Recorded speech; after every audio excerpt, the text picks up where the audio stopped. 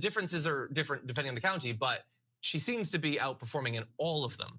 What's interesting is that in Georgia, we'll dive into that at some point. It really depends on which county, because Trump seems to be overperforming on average in rural counties by about 1 point, which doesn't seem huge. But remember, Georgia was super tight. He only needed 10,000 votes to be found after all. 11,000. 11,000, 42. But and in some he's overperforming by more. Harris is underperforming by. They're going to close. There was a late election poll. Iowa just had a very restrictive abortion ban passed, and this shock poll on the eve of the election had Kamala Harris carrying a red state. So it's just a very potent issue. Not to overread into it, but it is an indicator, perhaps. And the pollster there, Gold Standard pollster, thought perhaps the abortion issue was motivating these older white women, right? A demographic doing watching tonight. A lot in the background here. Well, let's go to the election and we'll move right here. I look at Maryland. We get some more poll closings here. We can get a few more characterizations. In just 3 seconds, all of these states will see their polls closed, and we'll begin counting the votes. Here is state of Texas. We're just talking about Donald Trump will win in the state of Texas when all the votes are counted. NBC News projects that Donald Trump will also win in North Dakota tonight. South Dakota, same story. That will also go into the Donald Trump column this evening. We move to the state of Wyoming, and 3 electoral votes at stake. Donald Trump, the projected winner in Wyoming. Here's the map. The road to 270 now getting interesting. 154 for Donald Trump, 30 for Kamala Harris. All right, let's go to the uncalled races just from those 9 o'clock poll closings, including New York, Colorado, Minnesota. So we still await results there. But let's go to Michigan. That's the biggie at this hour. Polls closing in Michigan, and it is, wait for it, too early to call. We will be waiting for it perhaps into the wee hours tonight. Arizona also too early to call. 7 o'clock in the Mountain West, 9 o'clock on the East Coast. Polls just closed there. Let's go to Wisconsin, the other of the blue wall states, along with Michigan and Pennsylvania, too early to call.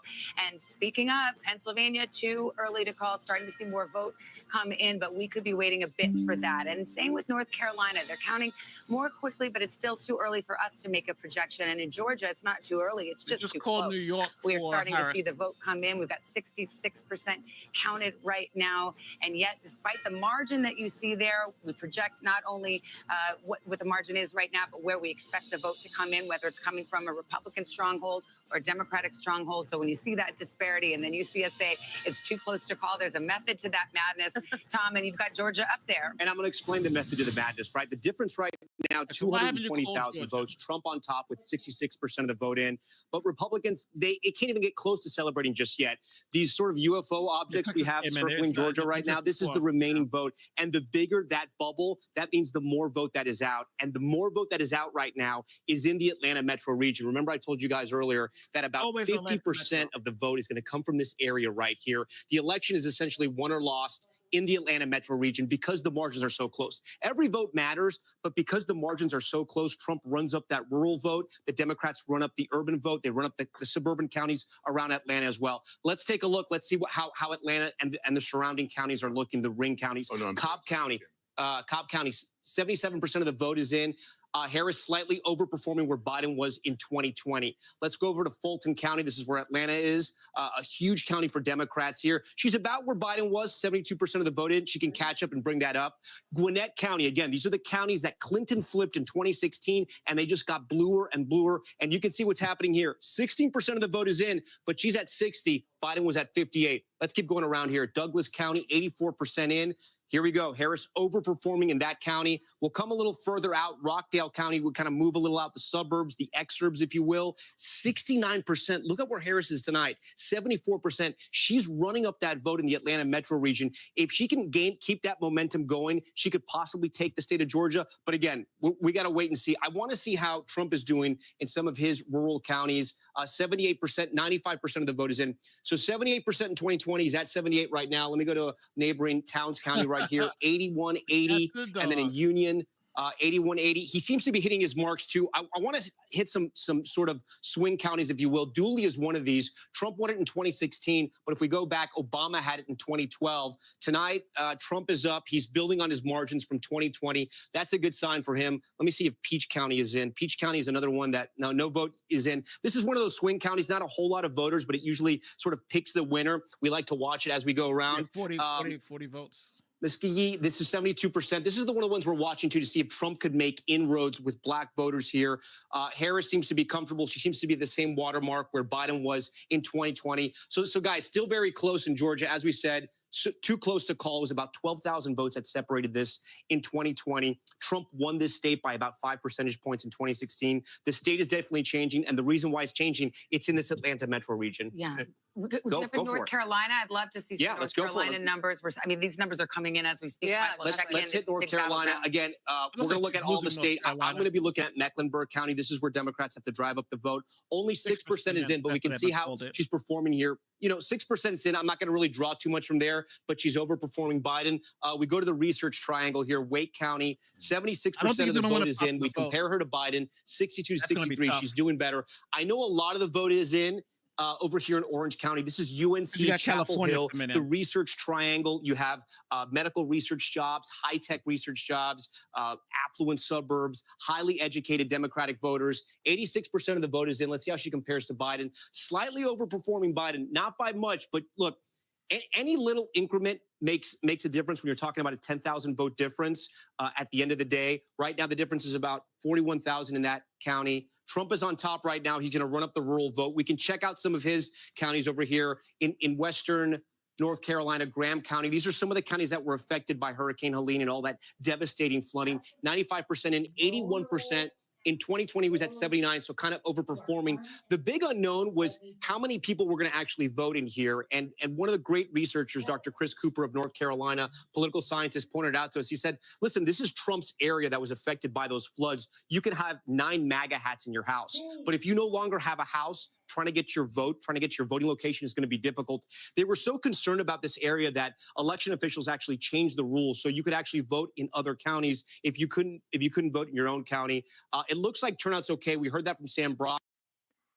Let me change this to a Democratic operative. His name is Brian. He's one of the biggest Democratic operatives on here. So let's see if he's enthusiastic about what's going on. This guy has almost 100,000 people watching him. So let's see what he's saying. Let me switch it to him. Yeah, I'm not at this level. Look at this, 100,000, 95,000 people watching his thing live. So let's see. You don't got too many super chats coming in now. So many people watching. All right. So he's just hard looking at the screen. Maybe I got to do that. Maybe I'm just going to hard look at the screen. On TV, you know. Does that make this more entertaining?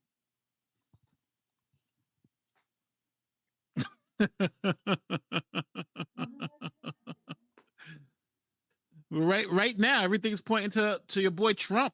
Everything's pointing to Trump. What are some of the legal challenges Trump moguls face with mass deportations? Don't they have a right to a hearing? Yes, you do have a right to a hearing. For those who are worried, do not worry. There's nothing to worry about right now. Right to hearing. The fact is that we don't have be enough numbers to make any because you have to go to accurate judgment one way or the other on how things are looking. We are still waiting on results from Georgia to be able to make any sense of an accurate prediction. We're waiting on results from North Carolina and Pennsylvania. So do not worry about it right now. We do not have enough votes to be able to panic. Trump is 80 votes away. No, 76 votes away. 76 votes away. So he needs 76 electoral votes. Where's he going to get them? 76. Fayette County is interesting because right now we've got 94% of the vote in. Trump won it 52.7 to 45.9 in 2020. Right now, he's only garnering 51% of the vote. So he is missing his mark by 1.7%. Kamala Harris is overperforming Joe Biden by 2.3%. He's praying. They're praying. So that is a good result thus far in Fayette County, which is a bastion of Republican support, where Donald Trump needed to hit his numbers and needed to overperform Democrats, and he isn't doing that to the extent that he needs to. We look at some good news out of Georgia, where we have a high number of votes already returned. 4,800 votes still remaining, but some good news out of Georgia in that small county right there. Let's look at MSNBC. Basically got all the vote in Union County now. You can see Trump, that's about a 25.5-point margin. Compare that to 4 years ago, Trump won it by 24. So no, Trump did not lose ground. In fact, he gained back a little bit here in Union County. That is what his campaign wants to see. They did not want any more slippage. You can go next door from Union County and you see honestly, another it feels trend like we're living in South Park pretty episode. Clearly in North Carolina, and I'll show you that now. This is Anson County, again, just about complete. This is a rural county. It's creepy, Cloaca. You're right. And one of the concerns for Democrats was they believe the turnout in recent elections among African Americans in these rural counties has been lower than they need. You know, when Barack Obama ran and won the state in 2008, he did very well. He just needs Pennsylvania. Would Democrats improve in these counties tonight? You know what? Because so many of you have asked me to look in, I got Maryland, New York, because those are all states that were definitely going to go blue. But we had all these people in here talking about they were, what was it?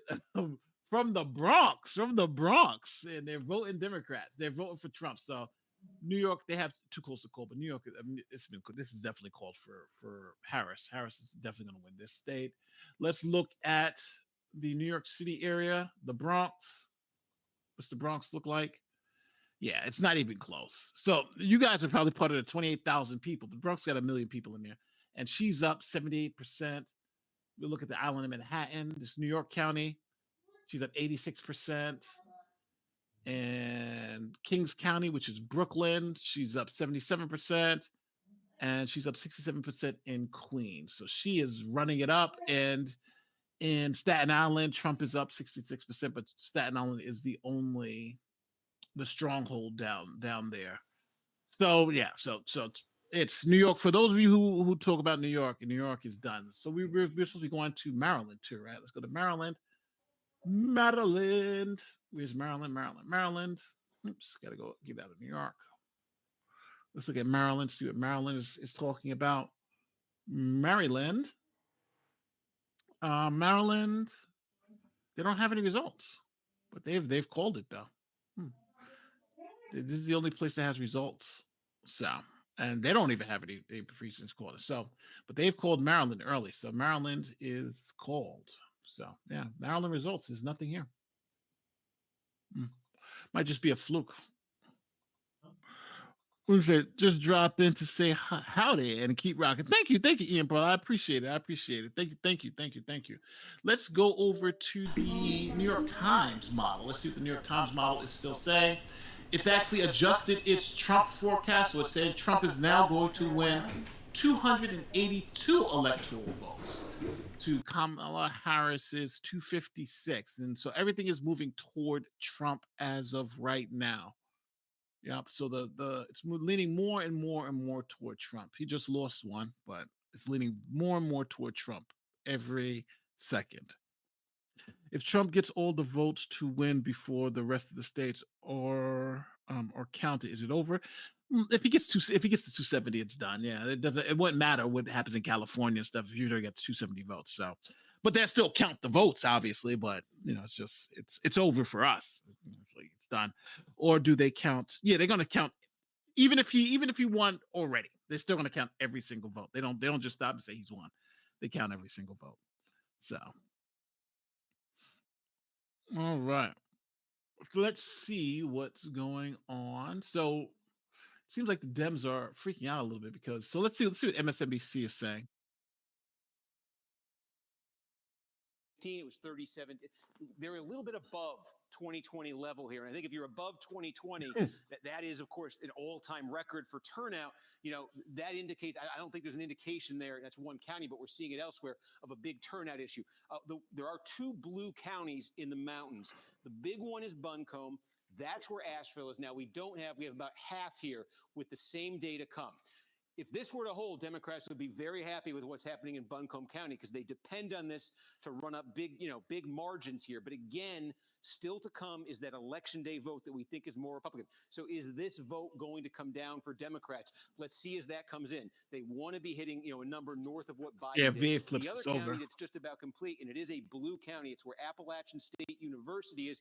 I can show you that. Watauga County, just about all in right now.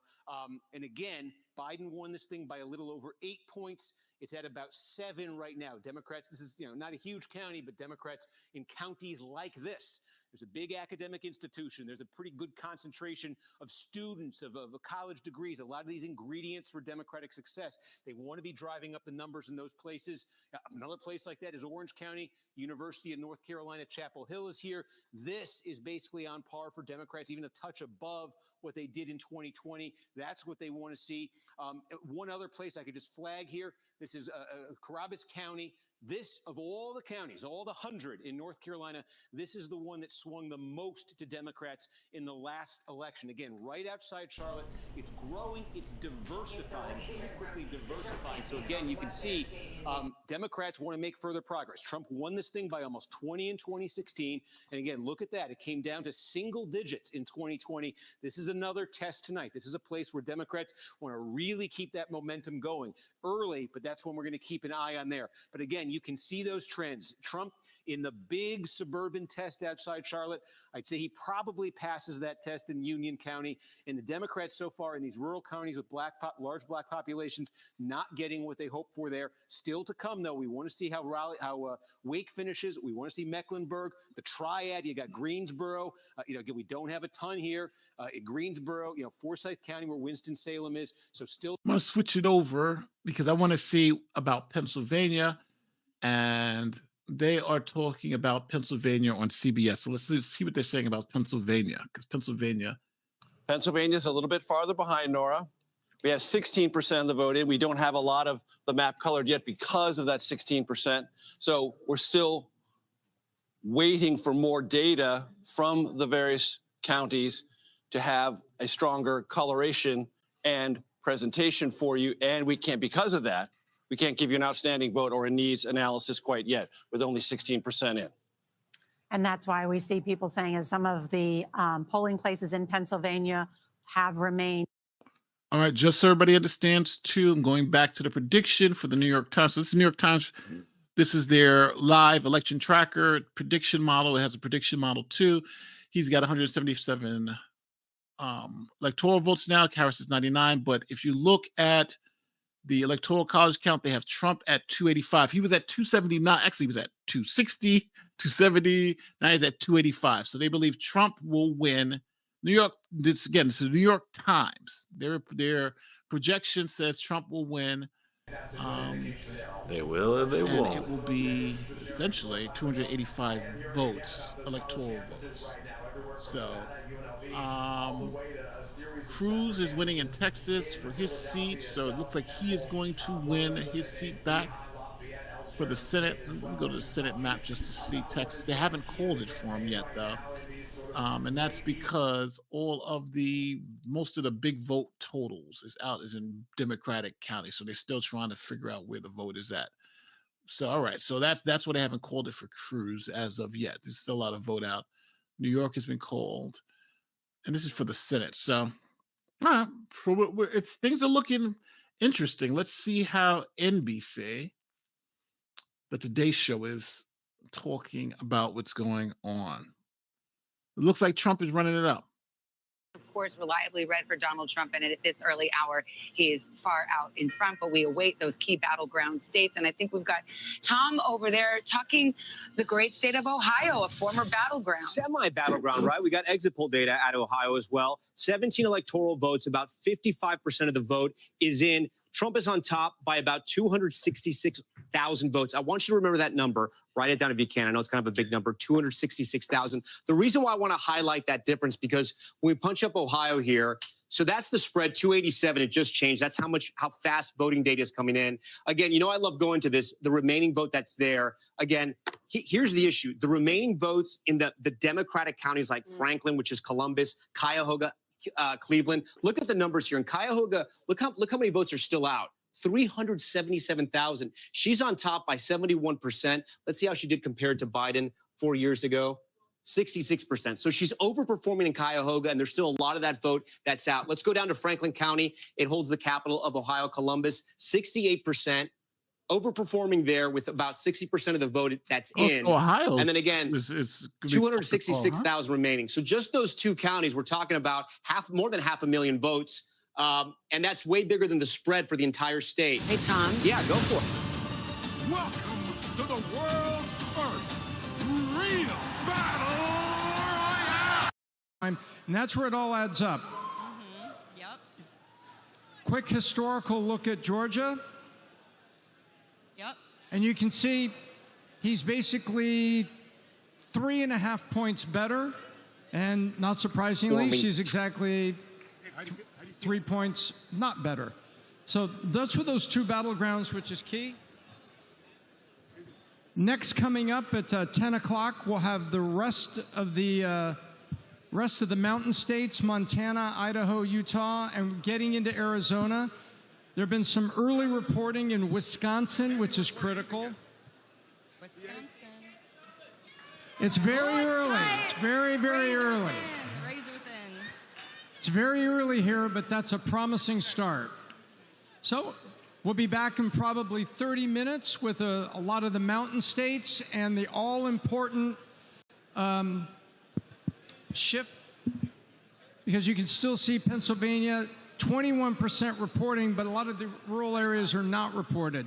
Remember, there's going to be 6 million votes come out, and so this is nothing. If we can call those three, if we can call Pennsylvania, North Carolina, and Georgia, it's going to be an early night. So we're going to keep you guys updated as much as we can. Let us know. And by the way, if you're watching it, I just got an update right now. Just so you guys know, we have almost 200,000 concurrent people watching us right now. 196. If you're watching it, I think we're ahead of ABC, NBC, a bunch of these guys that are watching us right now. And if you're out there looking at this, go to vtnews.ai to follow this closely. Go to vtnews.ai. The next two people I want to bring up, these are folks that made their money in many different models, and they were mobsters, gangsters. One of them from the Colombo family, the other one from the Gambino family. Are they in the room or no? Sam, do we have them in the room or no? Can you guys let me know if they're in the room? Yes? All right, make some noise for Sammy the Bull Gravano and Michael Francis. Come on up here. What a strange lineup of guests tonight. Well, guess what? This is what America wants. Not a bunch of people that went to Columbia University and Yale. They want to know what day-to-day average people think like and talk like. If we can work their way up, folks, if you're worried, don't worry. This place is safe. We frisked Sammy 7 times. He's okay. Good seeing you. How you been? Please grab a seat. Grab a seat right here next to Dave. And do we have Michael in the room? Michael somewhere around here. Michael, if you can work your way up here. While we're doing that, Matt, do you ever respond back to Dave when Dave was talking about Iran is not a threat? Are you on a similar page with them, with Iran not being a threat to U.S.? Well, we have a if you're looking at the conversation of the nuclear wars, etc., you know, we have so many different assets and allies on our side. So I agree. I agree that there's only threat we got, I think, is listen, when military guys who serve an oath, it's a fight against all enemies, foreign and domestic. And we believe, a lot of military veterans believe that the threat right now is domestic, not necessarily foreign. And just to back that up, listen, if you read any of the founding fathers, their big concern was never that we'd be invaded by a foreign hostile power and taken over by them. The inception of our country was destroying the most powerful military in the history of the world at the time, the British Empire, and kicking their butts. Nobody is ever going to take down America, but all of the founders were very concerned that we could take down ourselves. And if you could tell me, if you can honestly right now look in Washington, D.C., and tell me that our biggest threat is some third world backward country with a GDP of less than $1 trillion? Get out of here. The biggest threat to American liberty is Washington, D.C., and there's no close second. You know, PBD, the military recruiting numbers overall, only one branch of service has met the recruiting numbers. All branches of service have been down in the recruiting numbers. Why do you think? Because the thing is, the reality is they're not proud to serve America. Because they look at TikTok, they look at social media, like, really, that's the service members out there? These the DEI inserts, the different conversations. People used to say, when you wore that uniform, you are proud to be in that uniform. They're making a mockery of the military uniform. The United States military uniform is being made a mockery of. And on top of that, look at the Marine Corps. Marine Corps, the reason why they didn't drop in the recruiting numbers, because they never recruited to a job. They never recruited to a college degree. They never recruited to employment. They recruited because, are you good enough? Are you good enough to be a Marine? Are you one of the few, the proud, the Marines? Are you one of those things that can stand up for America during tough times? Well, the other branches of service, they recruited to a job, and now people don't even want to be part of that job, and the courageousness has happened in the military today. Makes sense. I mean, when I joined, you were proud to join the Army, but I want to transition to Michael and Sammy. Again, folks, if I can ask you a question, Vinny, guys, if you're here, please keep it down. If you want to flirt, network, do your thing, there's a lot of hot people here, but do it out there. In here, people want to pay attention to what we're saying. Please keep it outside. Vinny's looking for a wife. That's why I'm trying to help Vinny get a wife right now, guys. We got so many girls on Vinny right now, we can't get him off of Vinny. Vinny, please, let's stay focused, Vinny. Let's stay focused. I'm looking at Vinny with his biceps. Michael, Sammy. You brought us back again, Patrick. How you guys been? You guys are back at it again on the same stage. I've been great. Really great. It's great to see you guys. I got a question for you. My question is the following. Let's just say, Sammy, today, you're the underboss of the Gambino family in 2024. Michael, you are with the Colombo family, one of the highest earners, making $10 million a week, $8 to $10 million a month, whatever kind of money you were making, you were doing very well. If today, the Democratic Party hired a guy named George, let's call his last name Soros. And he came up to you and he said, Sammy, Michael, I'm going to give you guys $20 million to help us win the election in the following states. I don't care how you do it. Don't tell me how you do it. I need these 3 states. How would you do it? Michael, I'll come to you first, and then Sammy, I'll go to you next. How would we do it? How would you do it? If you can keep the mic a little closer, Mike, how would you do it? Well, let me tell you this. Back in the day, anybody that we were able to corrupt, they were always a Democrat. Anybody that we were able to corrupt politically was always the Democrats. Couldn't touch the Republicans back then. It was always the Democrats. They were easier to corrupt. That's the truth. So if Soros were to give me $1 million, I got to be honest with you, Patrick. The way the government is today, you couldn't give me any amount of money to keep these people in power today because they're destroying our country. Destroying our country. You know what? I've said this recently. We did our thing on the street, and we're not angels. You know, Sammy will verify that. We weren't angels, but we would never do to the country what these people in office are doing now. No doubt about it. Amen. We wouldn't be out there hurting our children. We wouldn't be going for gender-affirming surgery in minors. We wouldn't do it. And quite honestly, and Sammy will verify this, we weren't big drug dealers. We wouldn't allow fentanyl to come over this country, to come into our neighborhoods and communities and destroy our people. We wouldn't do it. So what we would probably do is take the $1 million from Soros, and then Sammy would kill him, and that would be the end of it. It'd be all done. You got it. I mean, it's important for the viewers. This is an exercise. This is not real. Folks, it's a hypothetical question. Don't overreact. He's just giving a hypothetical. Yes. Sammy, how would you go about it? Again, be a devil's advocate.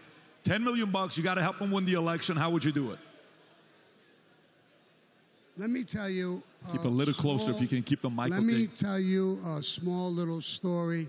One of my guys came to me and said, Sammy, there's a guy who wants to give us $25,000 to kill his wife. We don't do that. But I turned around and I said, listen, tell him to give you $12,500 before we do it, and after we do it, we'll give him the other $12,500. And the guy who was in my crew said, Sammy, I thought we don't do that. I said, we're not. We're going to take the $12,500. We're never giving it back. And we're going to tell him, if you want to leave your wife, divorce her in a court of law. So giving me millions of dollars to betray my country, to be honest, Michael is right. I would have told him, okay, give me part of it up front, and then I'll betray the country. And he would be dead. So, you know, and I look at this election and what's going on, and talk about gangsters and stuff like that. We were totally different than everybody else. I think Michael could verify this. We know crime. We've done crime.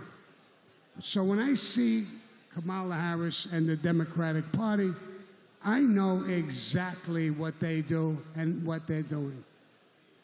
We've done it on a very small scale. It never hurt the whole country. These people are so greedy that they look at us, no matter whether you're black, Hispanic, white, man, woman, no matter what your religion is, we're all dirt to them. They want white liberal elites want to run the country, control it, take all of the money, and they want us completely helpless. That's why all this racist shit comes out and everything else. They got pit men against women, all kinds of different things. They tell women that Trump is going to take away your right. He took it away from the government. The government don't have the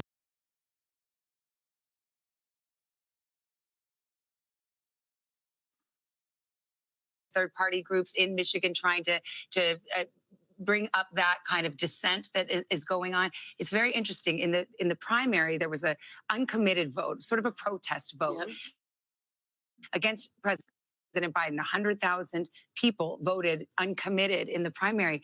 The margin in 2020 was 154,000. So this is a constituency that very much matters. Absolutely. And with young voters right now, we just had Hallie, you brought this up on the data wall a little bit ago. Trump is leading young voters. And again, that gender gap is playing out right here. It's large with voters under 30. Of men, 59% going for Trump, 39% going for Harris. Women, 54% Harris, 44% Trump. He's continuing to close those margins. The other thing that's interesting about Michigan, of course, there's a 52,000 person campus, University of Michigan. Back in 2016, Trump only won by about 11,000 votes. On that campus, I actually anecdotally heard. On the show of hands or whatever, Joe Biden, the information that I have had 3 racketeering indictments, 2 federal and 1 state, 1 brought on by Rudy Giuliani. I know that statute inside out and upside down. Trump was recently, they're accusing him of going on a revenge tour, that he's going to take revenge all the people that have come after him.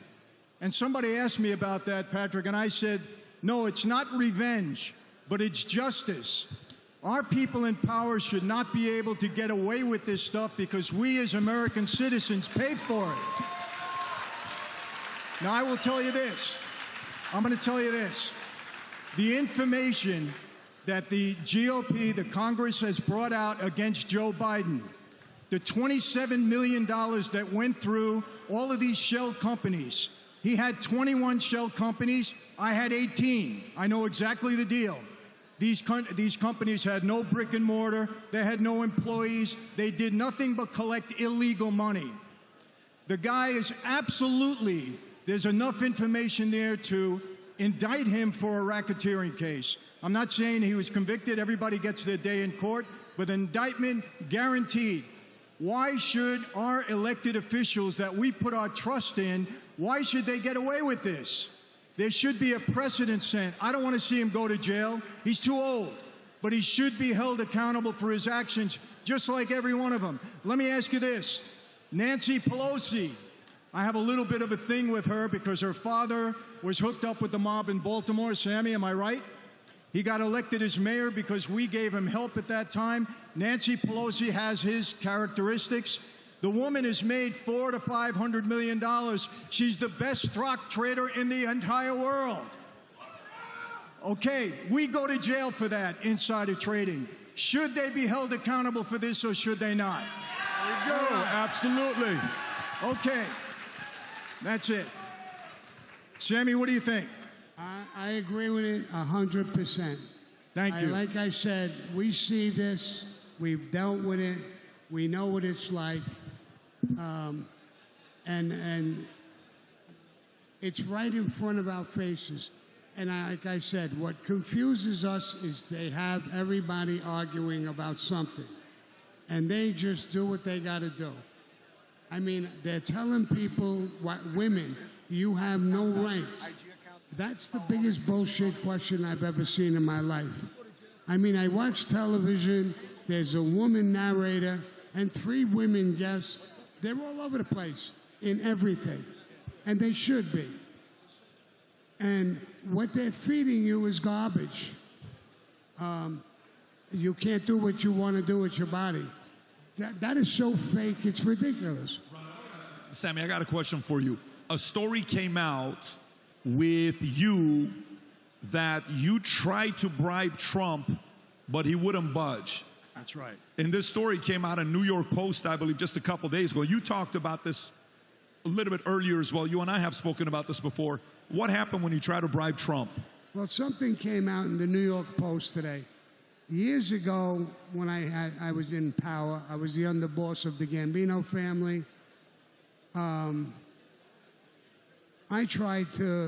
ran unions in New York, and I was successful in everything I did. Then I turned around, and I tried to reach Trump and try to bribe him to make him do some things with me.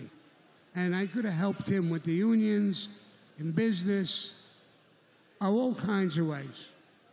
He wouldn't do it. He just wouldn't do it. And it would have benefited him a lot. So finally, I gave up. And my guys told me, Sammy, let's go up his office. I said, no. Everybody around him is an ex-FBI agent. We'll go up there. We'll threaten him.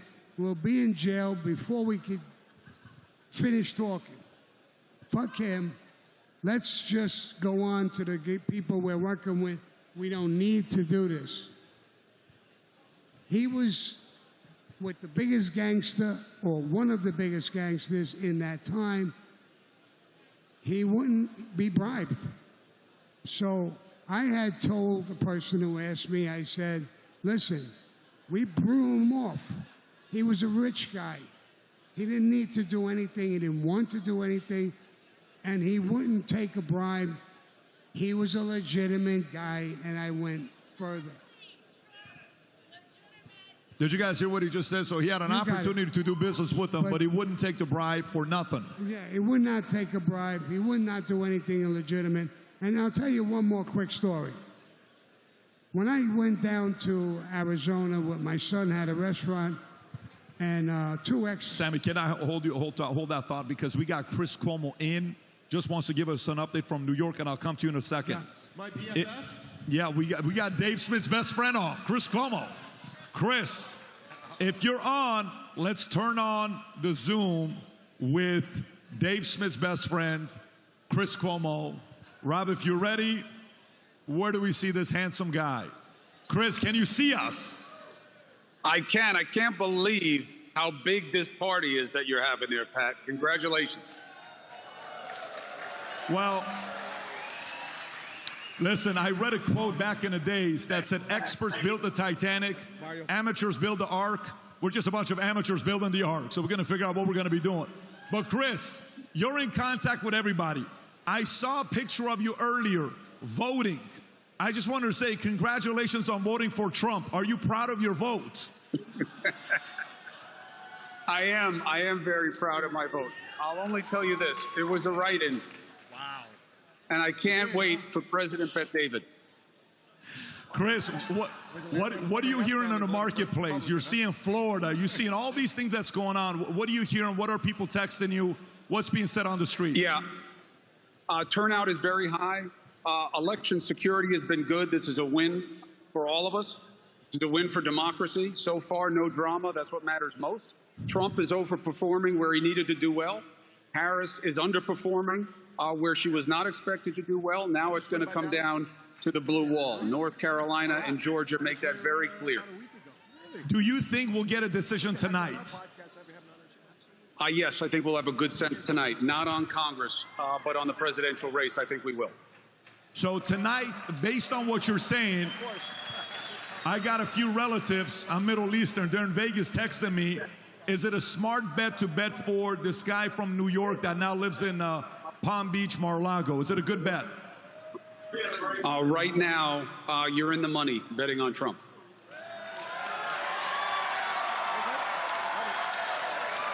Chris, any final thoughts before we send you back to News Nation? I got to tell you, I love it here. I love the team. I'm jealous that I'm not down there with you guys. Well, we miss you, but Chris, in the flesh or on the Zoom, you look sexy as hell, buddy. Have a good time. It's all makeup. All makeup. Patrick, I love you. Continue the great stuff down there. You're making a movement, and it's a movement we need. Much Keep love, going. buddy. Appreciate you, Chris. Thank you. Amen. Thank Amen. you. I still don't like him. I'm just kidding. By the way, I got to tell you, Dave, respectfully, as much as the debate that they had, once it was over, it was the best conversation I was watching you guys have backstage. Okay, so for the We fist TV, fought backstage. for TV, I have to say, there was punches being thrown backstage, but they were actually talking, laughing, and having a good time together. Sammy, please finish your thought and your story you were saying. I was saying basically after I went to Arizona and my son's restaurant, Steve Wynn sent down 2 FBI agents to talk to me, and they wanted me to tell them that I did things with Donald Trump. And I said, I never did anything illegitimate with him. They wanted him to lose his license in the casinos that he had. And he said, Steve Wynn will be very, very happy if you have something to say about him. So I told the agents, you want me to lie? And they said, come on, Sammy, we can't tell you to lie. Okay, then what is Steve Wynn going to give me? If he loses his license, this is very big for Steve Wynn. So do I get a huge job, a piece of his casino? What does he want to give me? And they said, Sammy, we can't get into all of that. Then I said, good, get the fuck out. Trump is a legitimate guy, period. And I'm not doing nothing. You can't bribe me. You can't do anything. Wait, did you just say Steve Wynn's people try to bribe you to say bad things about Trump, and he said, no, you have nothing to tell him?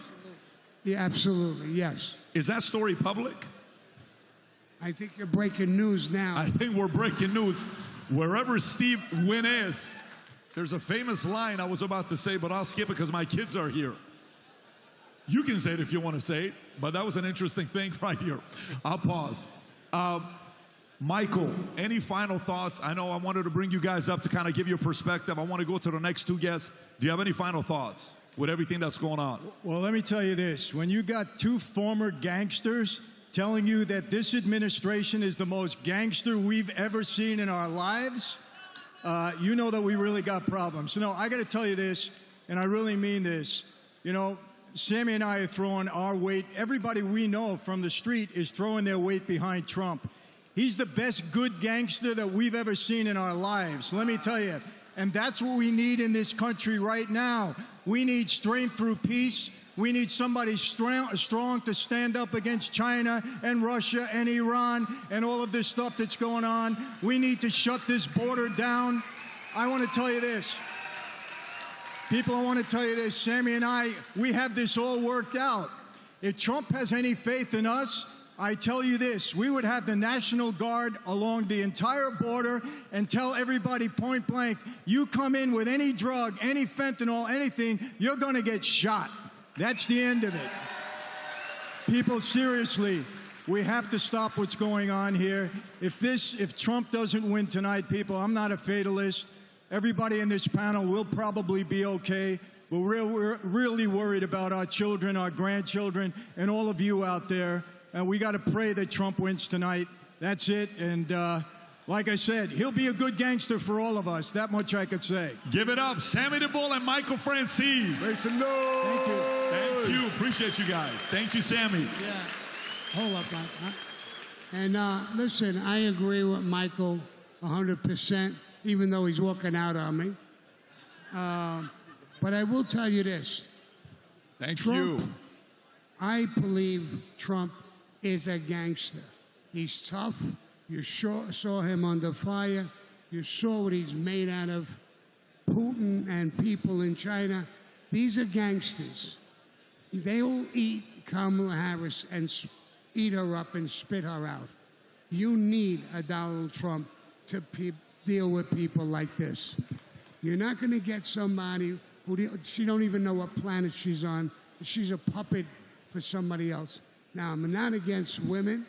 There's a lot of, when I was a kid and I cheated on my tests, I always looked at a woman's papers because they were much smarter than we are. But they got a place in life, but that's what we need. We need Trump. He's a gangster, and he can help. Give it up, Sammy DeBull Gravano. Appreciate you, Sammy. All right, here's who's up next. Here's who's up next. Maybe some of you guys have been waiting for this next person to come up. Sammy, good seeing you, as usual. Yes, very good seeing you. Who wants to see Candace Owens? All right. I'm going to bring up two guests here next to discuss. And if Adam saw, by the way, has my 11-year-old son sold you anything yet? He's running the merch. Is he running around? He just came here doing a deal. He's saying, I just signed a hat. This guy's going to buy this. I don't know what he's doing. He's working his ass off. He told me last week, Daddy, I want to be a salesperson. This guy loves politics. The other one loves sales. But the next two guests I'm bringing up, I just need to know that they're in here. Can you guys confirm, Rob, that they're in here? If they are, I'm going to bring them up. Can you make some noise and help me bring up Vince Everett Ellison and Candace Owens to the stage? Where are these guys? Oh, there we go.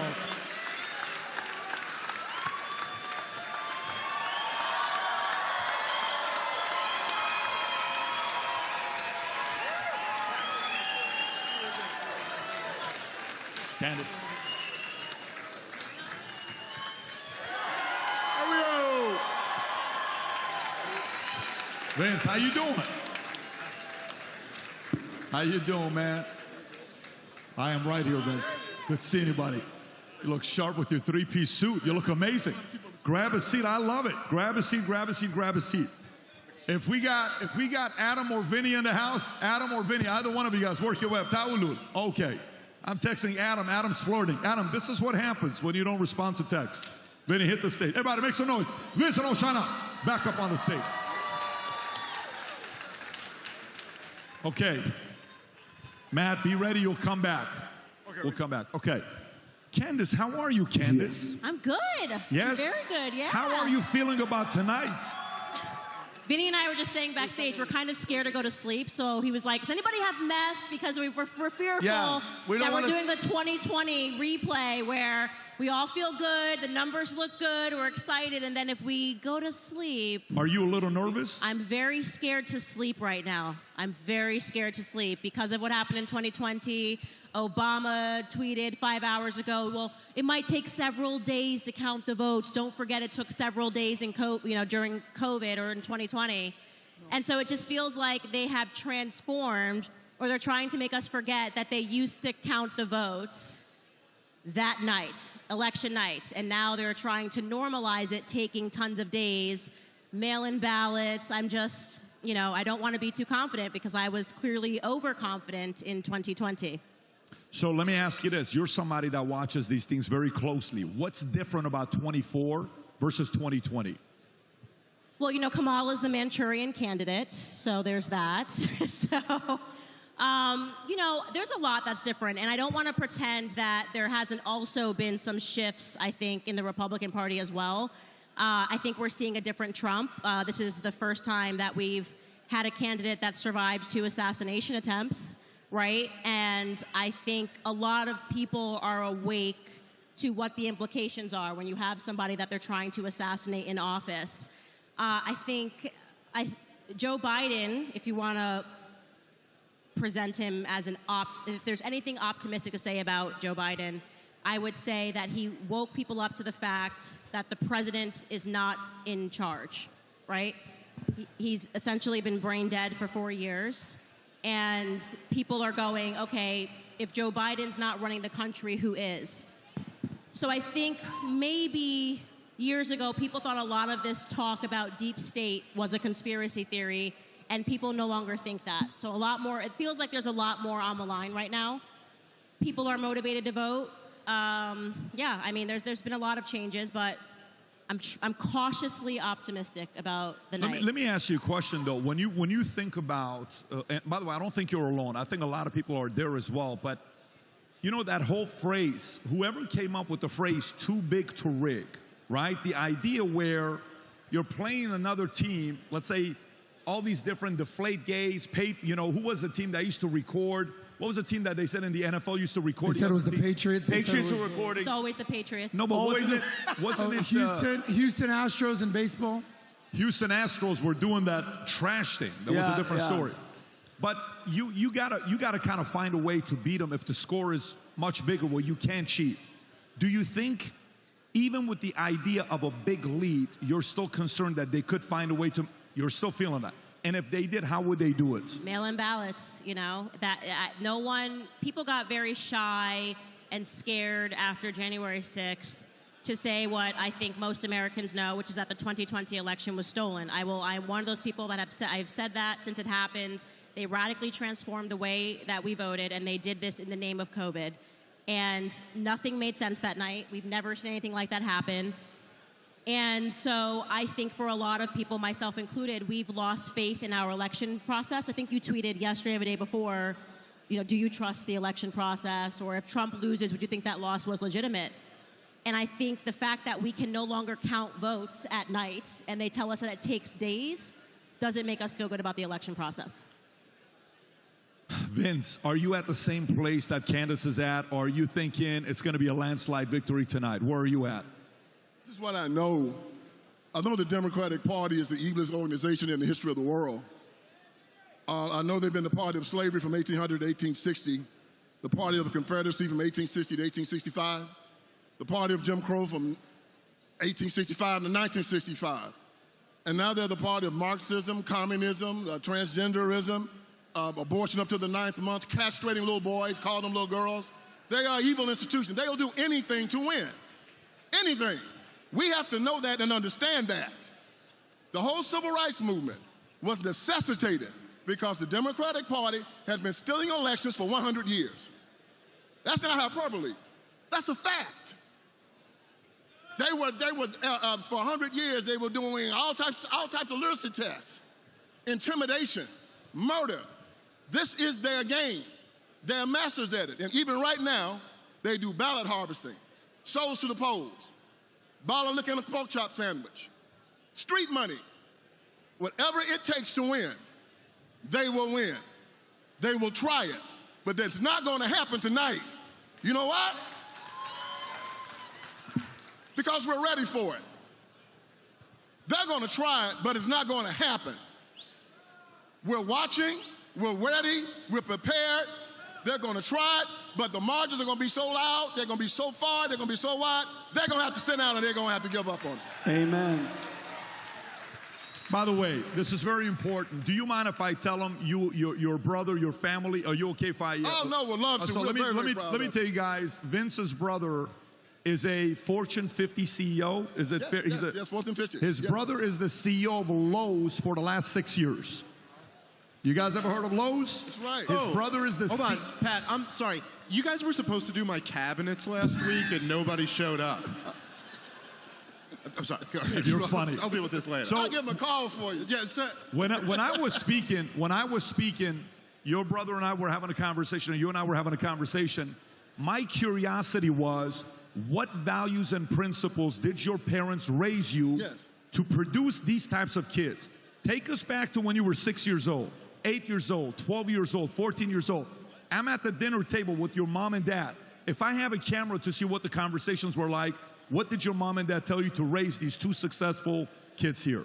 At least the two that I've met. My friends, I was born on a cotton plantation in Hayward County, Tennessee. My father was a sharecropper. The only thing that kept me from being at the bottom of everything was that I had a father. But my father aspired. He believed in America. He believed in America.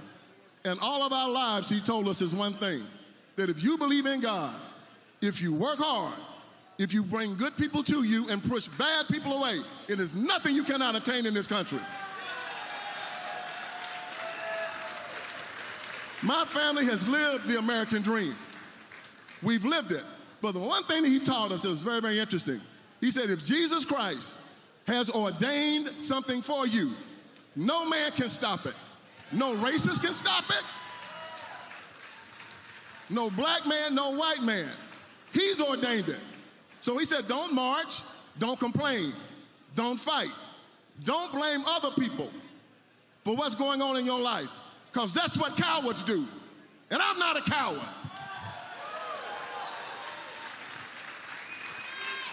So that's how we live our life. That's how the American people live their lives every day.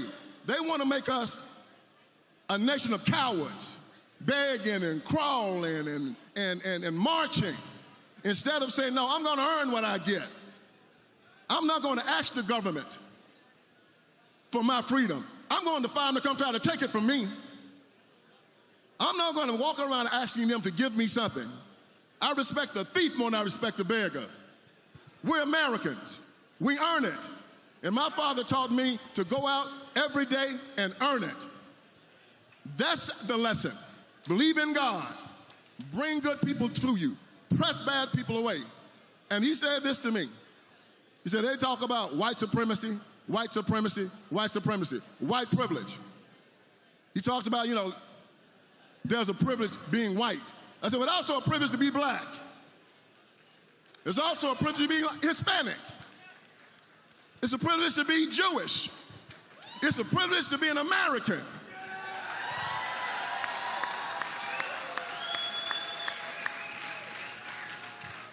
So this is the night that we live as Americans. And I'm proud to be up here with you, David. Thank you. Thank you for inviting me. Thank you. Anytime, anytime. By the way, again, that's something anybody can pick up from your parents for raising the two kids, you know, the kids that they've raised. Candace, I was looking at data. So for me, I'm always looking to see case study. What is the difference between 2024 and 2020? One of the things that we talked about on the podcast a few weeks ago, that it showed in 2016, Trump got 6% of the African-American vote, and then it went to 8%, and I think he's at like 18% right now. Why do you think that is, Candace? I've been so excited about this. I've said black men have been my pride and joy of this election. We've come a very long way, me and Black America, because they were just really biting the BLM rhetoric, and you know, the world was going to be over because of George Floyd, and they've completely flipped on this. I mean, women as well, black women are shifting as well, slower, but black men have done a complete 180, and I've been talking about it on my show. And I think it's just, you just can't keep running the same play before people start to look up and go, wait a second, my life was just better under Trump, right? First and foremost, I don't think black men were convinced by Kamala whatsoever. It has nothing to do with her being a woman, but she's been in office for 4 years, talking about how she's going to fix what's been going on for the last 4 years doesn't make any sense. And for people trying to use the excuse of, oh, well, you know, she's just the VP, tell that to Dick Cheney. You know what I mean? So I think of course, her also being the border czar, and that has been something that has been a threat to black jobs. And I really do think it just came down to, how are you living right now? They are looking at gas prices, they're looking at grocery prices, and they're realizing Trump wasn't that bad. And here's the other thing about running the same play. In 2016, there was a question mark, right? Nobody actually knew how Trump was going to be. So the media was able to use this propaganda. He's going to be just like Hitler. They're going to put you back in slave chains. You know, you're going to be back in the South picking cotton. And he was an unknown. So it was like, well, maybe if everybody's saying it, because they were so aggressive. We actually had never seen the media line up in a way against, I don't think, in my lifetime at least, any candidate the way that they came after Trump when he was running against Hillary Clinton.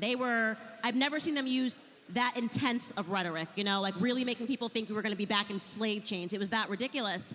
And then he gets in office and that doesn't happen. Actually, like, the gas prices come down, they're living okay. And so when they did the exact same thing, when they ran that exact same play again this time, they're like, all right, man, like, he's already been president, so you can't tell us that he's going to do all of these things when he had the opportunity to do it and he didn't do it. So it's more of a common sense response. I think that's exactly right, but then I think there's a next step to it, right? Which is that, look, for all you guys here who are like Trump people, okay, you're going, but if you could just imagine, say, just the average person, in 2020, Joe Biden had a reasonable sales pitch.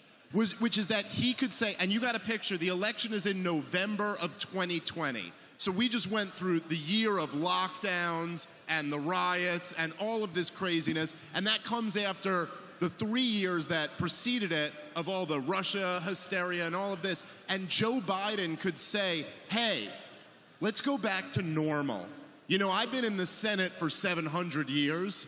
And so let's just go back to normal America where things weren't this crazy. And by the way, I'm going to stay in my basement, but he at least had an excuse that it was like, well, there's a pandemic, so I'm doing the responsible thing.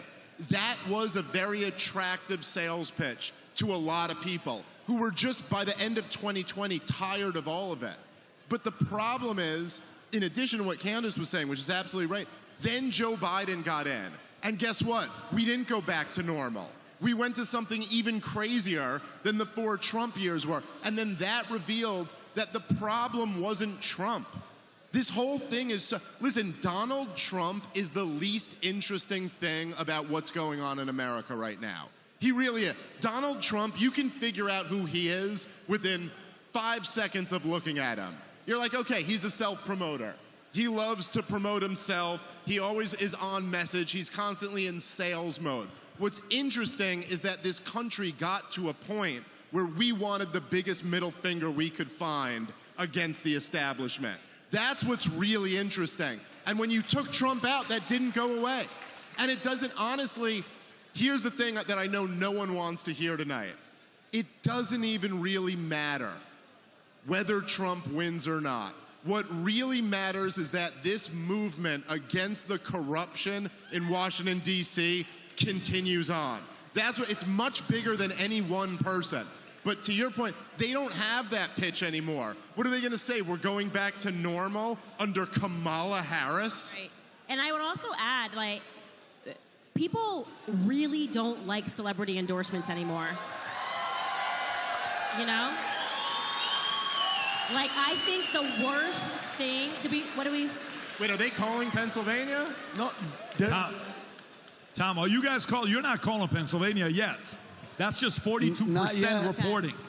Yeah. 42%. They just threw everybody off. Hang on one second. But do you have an update for us? It's very, very, very quick. Very, very quick. He is just... Tom, we can't hear you, buddy. Tom, Mike, hold up. Give him my closer to mic. you. Hang on. Guys, if Tom uses the mic, Tom talks dirty to his wife very softly. We have to raise the audio with Tom. Tom's method of talking dirty is soft. Please know it by now. Let's go, Tommy. His game. I'm sorry, Tom. On behalf of our crew here, take over. Go ahead. Bailey and Brooke, I am so sorry. That's his 2 daughters. Shout out to Bailey going to Rice, but go ahead, Tom. So, as you can see, it's only 42% reporting, but as you can see, as the vote comes in Pennsylvania, he is now half a point up, and in Georgia... Stop.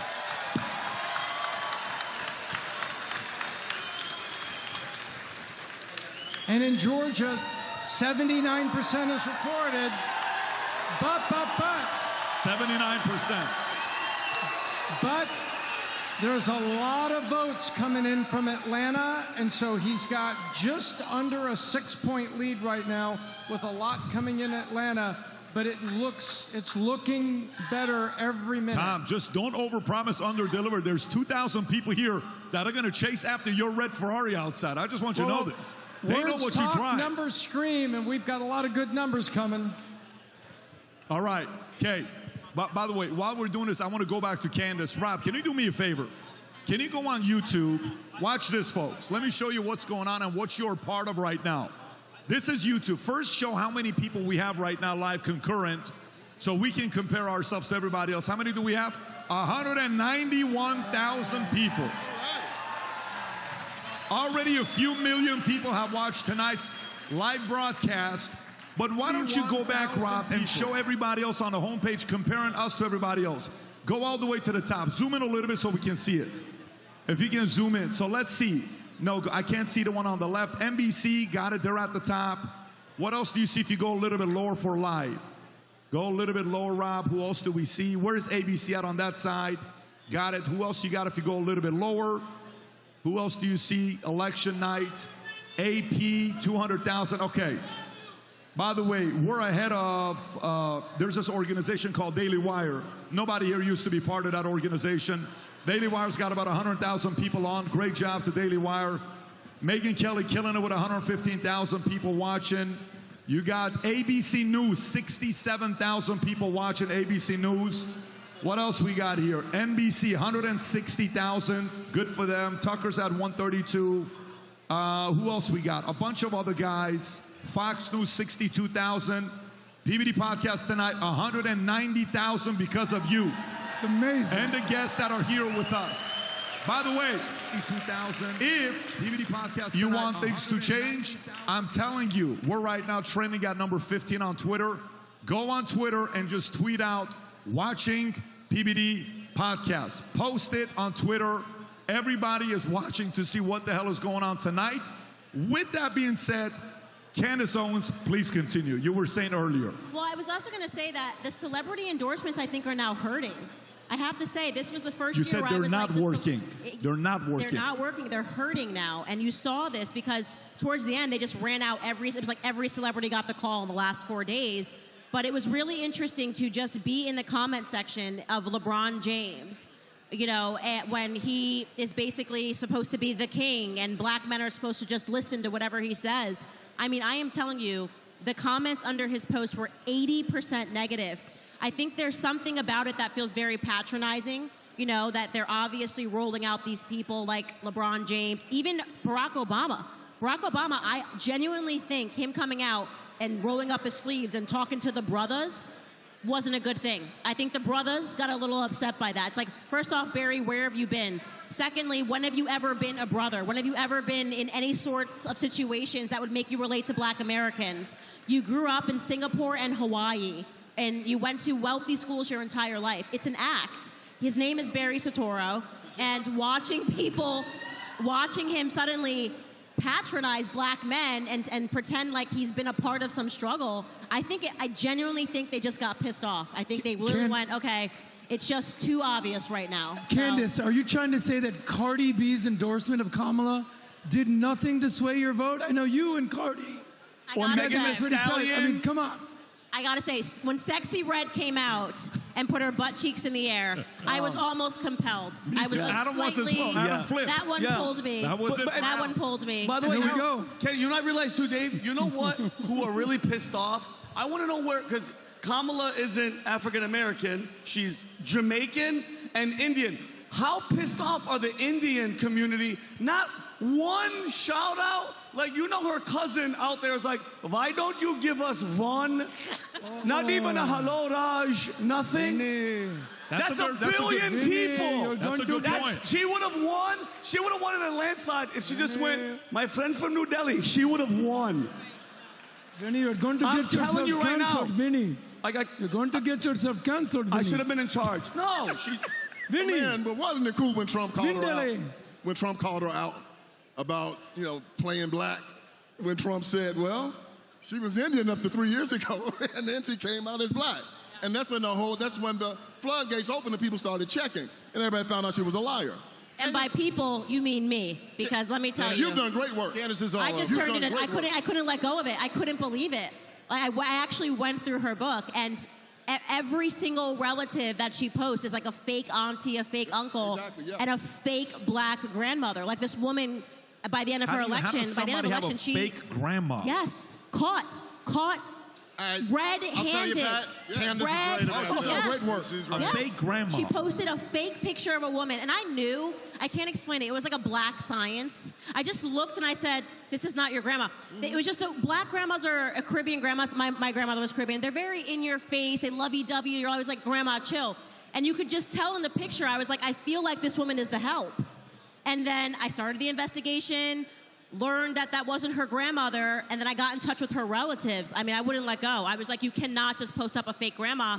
And her uncle told me that was not the grandmother, and then a Jamaican woman came out and said that's not the grandmother. And then Kamala's campaign completely dropped all talk about being the first black African anything. So she stopped running on that by the end of the campaign.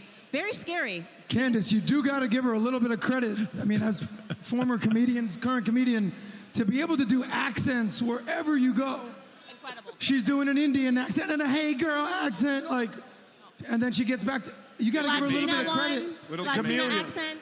Could I just, if I could just jump in for a second, I don't feel that we sufficiently trashed Barack Obama, so I just want to. Let's get back to Barack Obama. Can I just talk about what a way that could possibly be a deciding effect here in Pennsylvania, because you're talking So even with the whole Puerto Rican thing, Latino voters broke for Trump. about 600,000 Latinos that are registered to vote. Guys, back to you. Can we talk a minute about the amount of money that has been spent in some of these races? Pennsylvania, I'm just looking here, Pennsylvania, Biden, Harris, plus the DNC, $131.7 million. Yeah, 300. So just so we can all see like what the different maps are saying, because all the maps are like kind of going crazy. So first I'll start at 538, which we've been looking at all night. They have, let me pull out of this one. So they have right now, let me see if they have Trump flipping Pennsylvania. So yeah, so now Trump has flipped Pennsylvania. He is up in Pennsylvania by 0.8 percentage points. So they said he's flipped Pennsylvania. He's got 278 electoral votes as of right now. And they haven't called North Carolina. So this is 238 to 538 hasn't called North Carolina, Georgia, Virginia. All these states are still open. They haven't even called Ohio. Let's go to New York Times. New York Times gives Trump, they have just adjusted Trump's chances of winning from, remember, we started at 60. Now we're at 75% chances of winning. Harris has lost more electoral votes and Trump is at 291, looking like they're predicting he's going to get 291 electoral votes. So that's looking great. They have not called this one. New York Times has not called North Carolina, as you can see. They still have it too close to call, but Trump is up. They still haven't called Virginia, which Virginia is still too close to call. Georgia, 84%. Looks like I predicted, I think Trump is going to win that. And Pennsylvania, Trump has flipped it. So now he's up 0.7 in Pennsylvania. He's also cut into the lead in Michigan in a big way, and he cut into the lead in Wisconsin. So it's looking very, very tight. And so I'm just going to be honest with you guys. If she loses Wisconsin, Michigan, or Pennsylvania, it's done. So this is what they haven't called, like this one hasn't called Colorado, this one hasn't called New Mexico. So it's all kind of just here. The next one, let's look at, this is 270 to win. The next one, share this one. They have Trump at 220 with their live results. They have called North Carolina for Trump, which looks like that's a safe bet. They've called Virginia for Harris, which again, these two were tight, so they've felt comfortable enough to make those calls. Georgia's still open. They've called Illinois. And Pennsylvania is still tight, too close to call. So they actually called Colorado in this one. So Harris has 108, but Trump has 220. Trump is looking like he may get to 300 tonight. So this is looking crazy. Then if Trump wins, do Dems say it because white people are racist, sexist towards Kamala? I don't know. I don't know why. Because like I keep saying, though, the problem with Kamala is that she was when she ran as a Democrat, they didn't pick, like the Democrats didn't pick her, and she was kind of forced in there. And I think the problem is that you got to convince your own people to come out, but you got to convince the people who don't like you to come out to vote for you too, or who are on the fence. And I think that's the problem here. I think Kamala didn't do enough to say, this is why I want you to vote for me. It was more, this is why you don't vote for that guy. And I think that's always a recipe for disaster, because you're going to get the loyalists that vote, right? But you're not going to get the people who are this. So I think, I honestly think 270 to win as we're watching that. I think they called Virginia too early, because I think Virginia is very, very tight. Let me go back to this. Let me go back to look at the live vote count for Virginia. This is what Virginia looks like live. And there's 3,000 votes with 67% of the thing. And Trump is up in Virginia. So I don't know why they're calling Virginia, but it looks like, but they've 270 has called it for Harris, even though Trump is still, Trump is up. So maybe maybe the outstanding vote there is there's just more vote for Harris out there, but we'll see. We'll see. Let's see what they're saying on NBC. Because we were just watching. We were watching Pat. Level there tonight.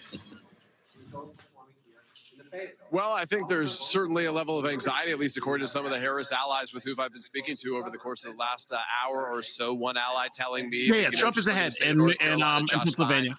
The Democrat winning his effort to become the state's governor, that we were able to project a while back, but obviously not the same for Kamala Harris, at least not yet. That indicates that there's clearly some split ticket voters there. Some folks who will be voting for Josh Stein as governor, but then Donald Trump as president. Otherwise, we would have a projection already in that state right now. They say that is an indicator that gives some anxiety right now going forward that North Carolina may not be a state that they're able to win. If that happens, and these are all ifs, it's all very early here, that does again shrink their path to victory to 270. They really are relying heavily on those blue wall states right now.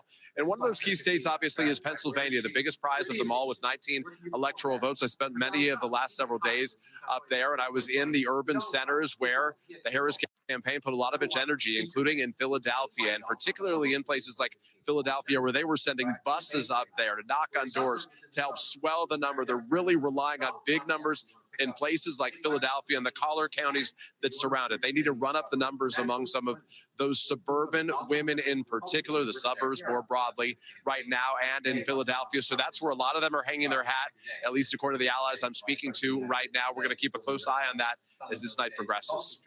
All right, Peter Alexander, thanks very much. I think we have a call now in the Texas Senate race. Ted Cruz is going to win. News projects that Ted Cruz will retain his seat again in Texas. Democrats have taken some big swings in recent years in Texas, but unable to land a haymaker. Wasn't even close. Colin Allred will come up short tonight in his bid to unseat Ted Cruz. Let's go to Chuck on this, because I mean, Texas is the white whale for Democrats.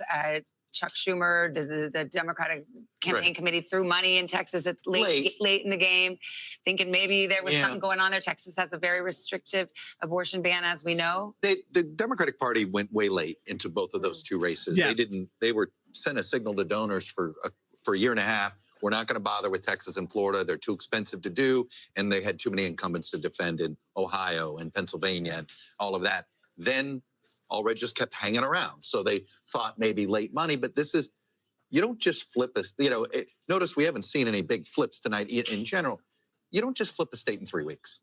That's true. You don't just show up in 3 weeks and think magically things are going to happen. Not with how embedded, not with how nationalized our conversation is, not with how polarized we are. And this is a case where at some point the Democratic Party, if they're serious about Texas, they're going to spend 4 years there. You can't just do it in 4 weeks. And it's the same story we just talked about in Florida. And this is the difference. Again, I go back.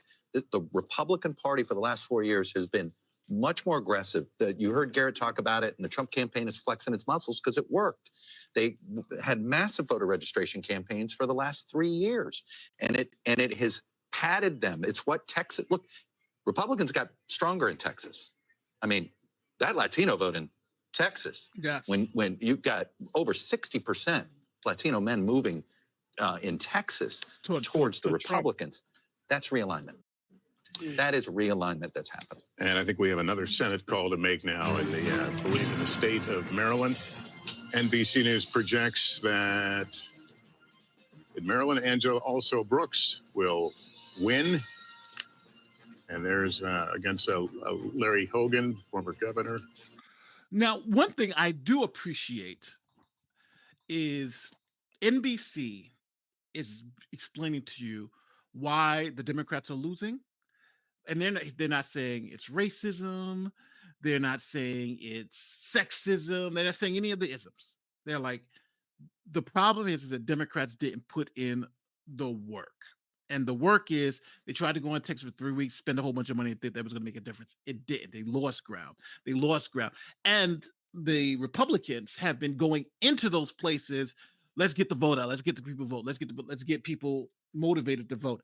And immigration being such an issue, you would think that would favor the Democrats, but it seems like it's moved more Latinos away from the Democrats. Calling Trump, and I think this is the lesson that Democrats have to learn. And I think this is what lost them this election, because I'm assuming they're going to lose this election. The thing that lost them this election is that they run the same playbook, and Trump has blown that playbook away because it just bounces off of him. Trump is essentially has a rubber suit on. And he's a racist that bounces off of him. He's a sexist that bounces off of him. He's this that bounces off him. And that all bounces off of him. And the Democrats are trying to keep convincing people that he are these things. But as you can see, the majority of the country does not believe it. And I think that's the problem. I think they have to take that playbook they have and throw it away and say, we need to do something different. We need to run on a different message. Now, the reason why Trump is going to win, a reason why I believe Trump is going to win is because single issue voters, Democrats were putting all of their baskets on that single issue voter, abortion, right?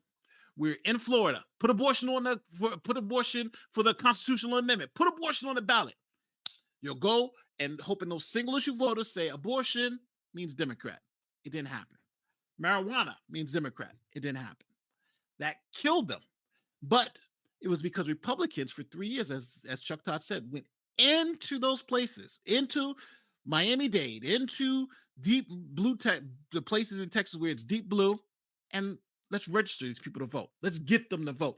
Let's get them into the conversation. And so they've lost the ground game. So Democrats, by the time Democrats got there, they had already lost the ground game. And in Pennsylvania, I'm telling you guys, I'm just going to tell you guys, Pennsylvania's going to go for Trump. And the reason why is the Democrats were praying that those comments about Puerto Rico flip and had those Puerto Rican voters and those Hispanic voters at the very end flip. But they didn't. Because you know what? Trump didn't say it. It was some idiot that said it. And so what? And it mattered more to Democrats. And they played on it so much instead of going to the issue. So what I'm saying here is that the Democratic Party failed. Their loss tonight is a failure, but not a failure because there are racists out there. No, it's a failure on them being able to get their message out. And think about it. And I know this is going to make some of you mad. And I know. But to show you how bad the Democrats are at messaging, the economy. The economy, they should be messaging different on. And I'll tell you how. Trump, when he was president, he had the lowest Black unemployment, lowest Latino unemployment, lowest female unemployment, most jobs ever created. You name it, he did it. But you know who beat all those records? Biden. But you didn't hear Biden campaign mention none of that, right? Lowest Black unemployment rate in the history of the country, under Biden. Lowest women's unemployment rate, under Biden. Lowest Hispanic unemployment rate ever, Biden. Most jobs ever created, Biden. You don't know about any of that. The reason you know why? Because Democrats don't know how to sell their good stuff. Trump would have sold it. Trump sells it. Trump is a salesman. He sells it. Biden, he can barely talk. Blah, blah, blah, blah, blah. And Harris is not out there selling it. She has to sell it. And that's the problem. I just don't think she was able to sell it. And now it's coming, the chickens are coming home to roost. So yes, Harris is going to It lose was election. a total misread, sort of by the coastal strategists, when it comes to how to target working class voters of color. And I think we're starting to see sort of a working class coalition start to drift to the right. You know, before. You know why? Because just by screaming the guy is racist doesn't work anymore. Screaming he's racist doesn't work. It worked in the past, right? It worked in the past. It doesn't work now. And that's why they're losing black and minority voters. Donald Trump had working class whites. Doesn't work. Now he's adding working class Hispanics and working class blacks. Not necessarily seeing evidence of working class African Americans, but adding working class Hispanics. That becomes a very durable majority. Well, another way of saying that is the education gap. Well, it's the whether same you're thing. College educated or Correct. non-college educated. It doesn't matter your ethnicity. You know what? Like this person said, Nate, they are just coming back from COVID. Facts, true. Right? You can make that argument. But my argument would be, if I'm on a campaign, it's easier to say the greatest jobs ever created under the Biden administration. That's all I'm saying. As long as if I'm having you explain it, bounce back jobs from COVID, that's you explaining it. But the fact of the matter is, I would sell it. See, I'm talking about the Democrats that are bad at selling their accomplishments. And because the only thing they want to sell, Harris is the perfect example of a candidate who economy she didn't sell. She couldn't sell the border. She sold none of her. I don't think there's most people in this chat can name most of her policies or any of her policies, mind you. But I think that's the issue. They could have run a different campaign instead of running on, hey, the economy is doing good. Hey, this. They ran on he's a racist. He's going to destroy the country. He's essentially a scare vote. They tried to scare you to vote against him. Not vote for me because I'm the better candidate and have the better ideas, because be scared of him. And that's why that thing about democracy, that's why that thing mattered. That's what the news, everybody focuses on that, end of democracy. But no, that's not it. It's about my pocketbook. Ethnicity. It matters your education. Right. What is it, Donald? Correct. It doesn't matter your ethnicity. Well, it's the same. I want you to listen to what he said. This is NBC saying this. NBC. College educated or non-college educated. It doesn't matter your ethnicity. It matters your education. Right. What is it, Donald Trump, or is it the Republican Party? Or is it the Democratic Party? Okay, meaning like I don't, it's not about your ethnicity. It's not about your ethnicity. That's what they've missed. And they locked themselves into this cabal with ethnicity, and now it's slamming them in the face. Democrat. It is. First of all, Latino voters. Oh, she did better in the debate, but what does that got you now? Right? A debate is one snapshot at a time. We're talking about years and years and years of banging. That's the problem. That's what you're not saying. Yes, the debate is great. She did better in that debate, but we're talking about years and years of messaging. And Trump has that. And instead of them going into the messaging again, you got a message. Failures versus victories. And that's, like I keep saying, she never told people why they should vote for her. It was all against, don't vote for him. All right. But that's not a message that's going to get you elected. All right. So a big update for those of you the betting markets have essentially closed on the election. So you can't even vote for the election because they essentially got Trump winning. Trump is at an 80% chance of victory right now, 80%. So yeah, so he's gone. This is essentially over. 80% chance of victory, 296 electoral votes, and that's the New York Times is essentially they may just call it for Trump, but yeah, this is a disaster.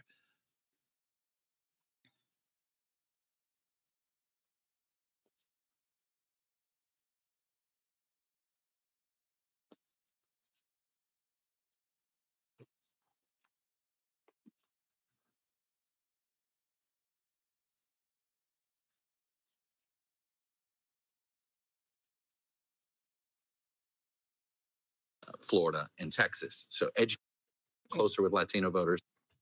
Education gap. Well, it's the same thing. College educated or non-college educated. It doesn't matter your ethnicity. It matters your education. Right. What is it, Donald Trump, or is it the Republican Party?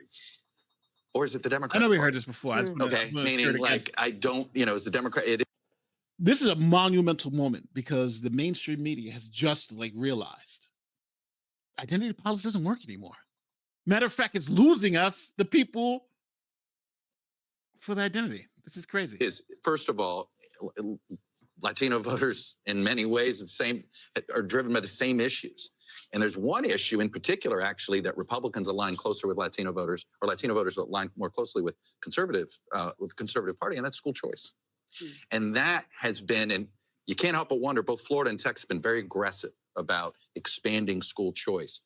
Where have Republicans made the greatest gains among Hispanic voters?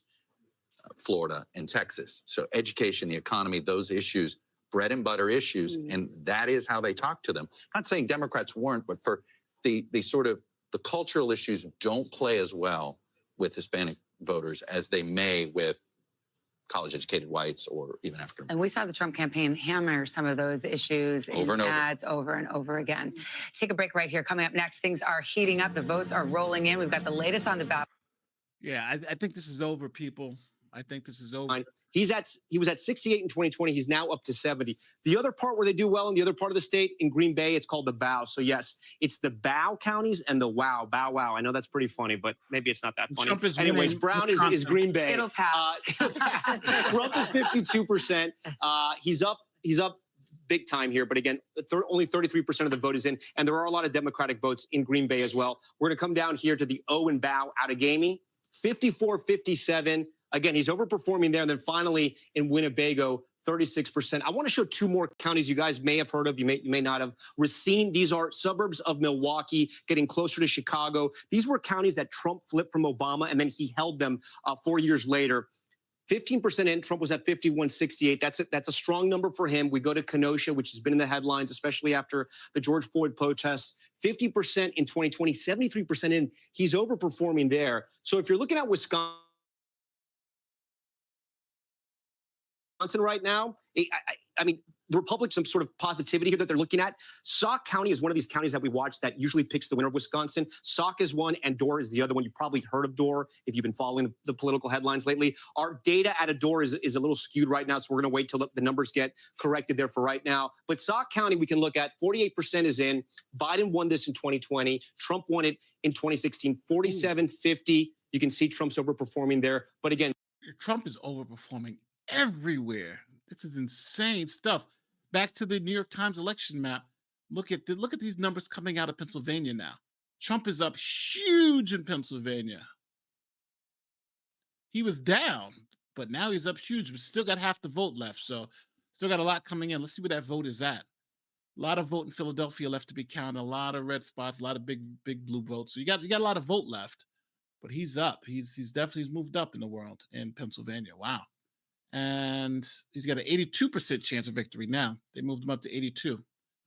So yeah, this is it's essentially going to be a miracle for Harris to win. She's going to have a miracle. And is there anything? No, everything looks Trump. Even she's flipped Virginia back. So Virginia, she's up in Virginia. Still too close to call. They said in North Carolina, and Georgia looks like it's going to be Trump. I don't know why they keep playing. Why they don't just call Georgia.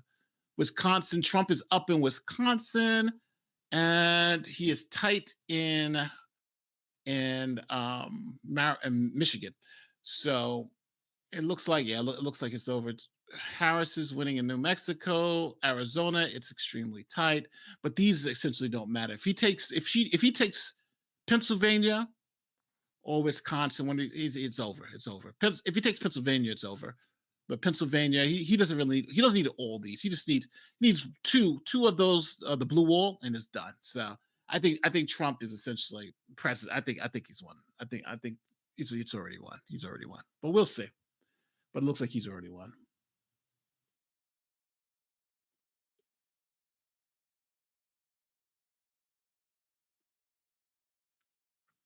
No, she's got to be like, oh my God.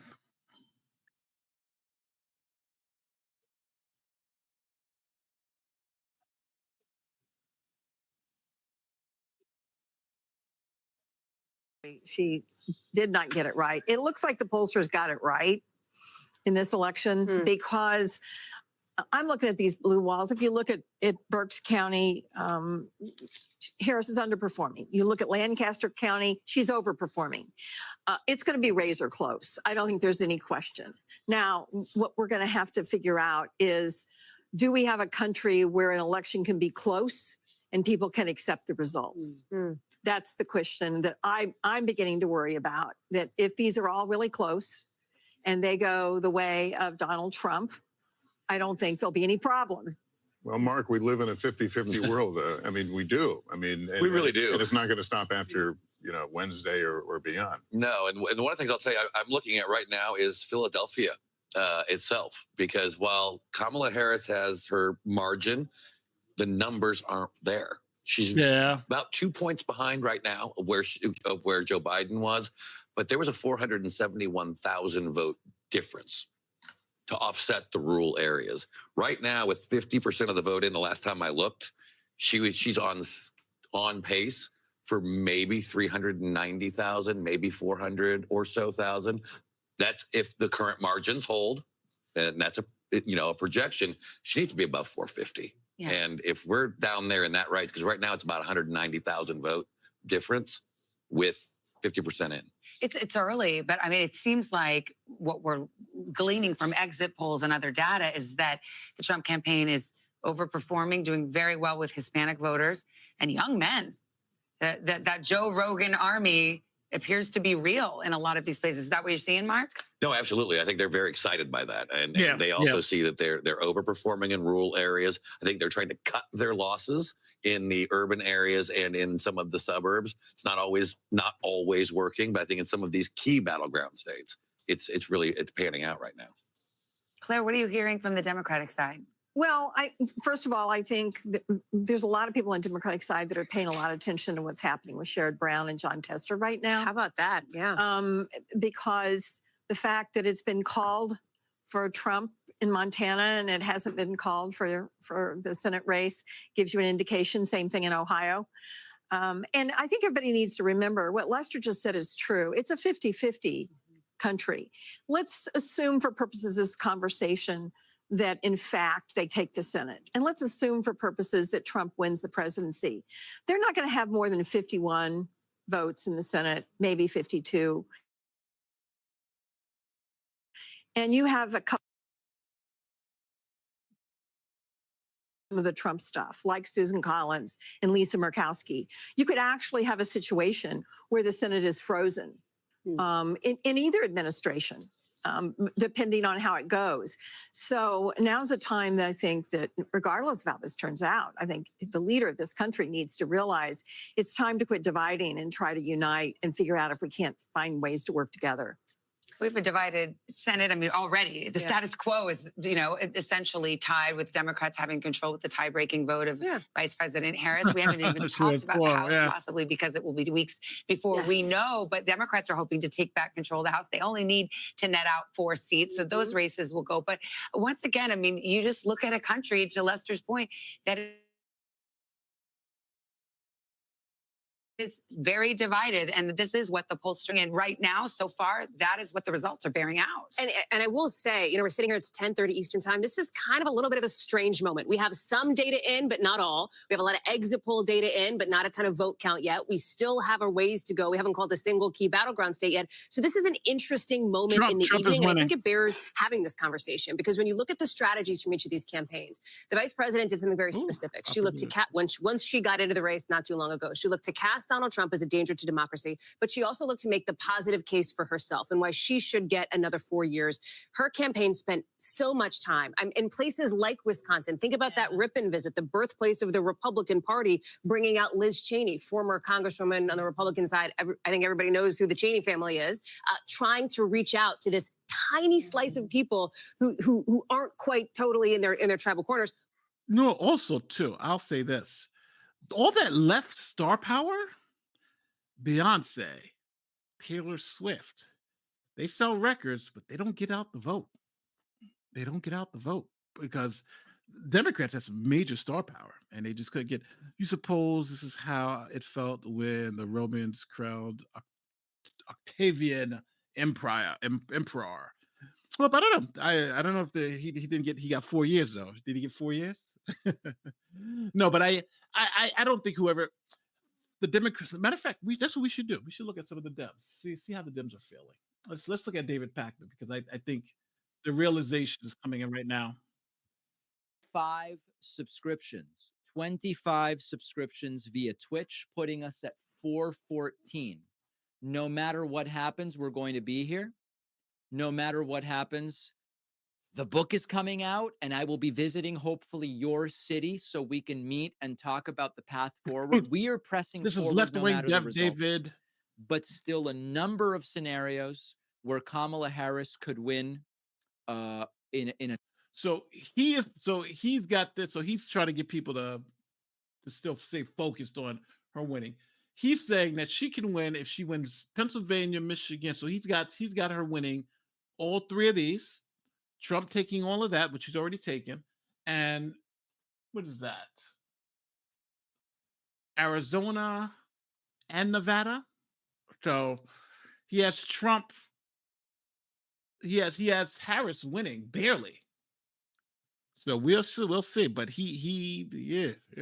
a number of He different said there's ways. still hope. He's still at hope. But if However, he loses Pennsylvania, it's she over. must now win Pennsylvania. Yeah, if she loses Pennsylvania, it's Pennsylvania over. is I think, a must-win for Kamala Harris. It is a because must-win. now, given that North Carolina is gone, given that Georgia is gone, Yeah, Georgia's gone too. even if Harris wins Michigan, Wisconsin, Minnesota, Arizona, and Nevada, it would not be enough. Everything now depends on Pennsylvania. And here's the asymmetrical scenario in which we find ourselves. Everything is in Pennsylvania, but we said we knew that at the beginning of the needs night. Pennsylvania. Trump does not. Because if she gets Pennsylvania, Trump can but still win Trump gets, Wisconsin. for example, Wisconsin and Arizona, He still wins. Yeah. he wins. Or if Trump, no, Nevada and Arizona wouldn't be enough. So I think the point is where we are right now, she has maybe 1 or 2 fewer paths than Trump. 1 or 2 fewer paths than Trump. She's got to catch him. But both still have paths to victory here. She's got to catch Trump. Now let's get updates critically. You know, we were going to be looking at Arizona. I'm going to need more sheets of paper. That's the problem we're having here. We've been paying attention to Pennsylvania and Now look at his map, people. The whole Pennsylvania, red. Michigan, leading red. Wisconsin, leading red. Minnesota, leading red. She needs to win all 4 of those. And she needs to win Arizona and Nevada. So she needs to go 1, 2, 3, 4, 5, 6. She needs to hit a straight flush to win, essentially. She has to, I don't know if you guys play poker. She's trying to hit a straight flush. She needs to hit Minnesota, Wisconsin, Michigan, Pennsylvania, Arizona, and Nevada. She got to run the table. If she runs the table, she wins. I don't know if she's going to run the table. The only way she runs the table. Here is the most updated map we have. Share this map. Here it is. Share this tab. Here we go. So they've called Georgia, North Carolina. So everything Trump needed to win in the South, he's got the total South. Virginia, they've called for Harris. So really, you got Pennsylvania. Yeah, really, it's a tough. She's got to pull it inside straight to win. At least to peel away some of the votes there. Again, this is where Joe Biden was from. People wondered if he got the friends and family discount there with voters. She's underperforming tonight, 51% right now. Biden was at 53. In a state where it could be determined by 40,000 votes, 80,000 votes, every little bit matters. If they're looking at the map right now and you're a Republican, you're probably feeling a little bit better. But again, I just want to say it's still so early in the night and there's still a lot of vote out. Philadelphia County, just because this was brought up on the set earlier, 62% of the vote is in. Biden was at 81. She's at 77. Wow. A lot of the vote is still out, But again, she wants to be in the same high water marks where Biden is, guys. Yeah, Mark Lauder was just here, you know, staff They probably Vice did. President Pence, and you're obviously a longtime Republican operative. You think there's not enough vote for her to make up that margin?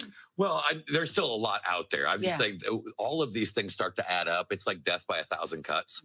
And so if you drop 40,000 votes in this state, maybe 6,000 or county, this 6,000 in another, next thing you know, you run out of options.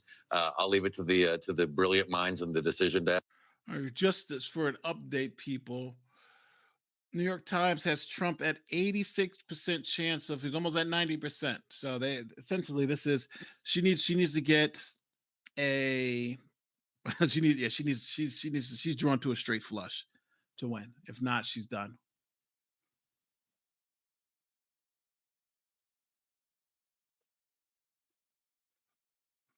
Andrew Lickman, Alan, Alec, he predicted Harris.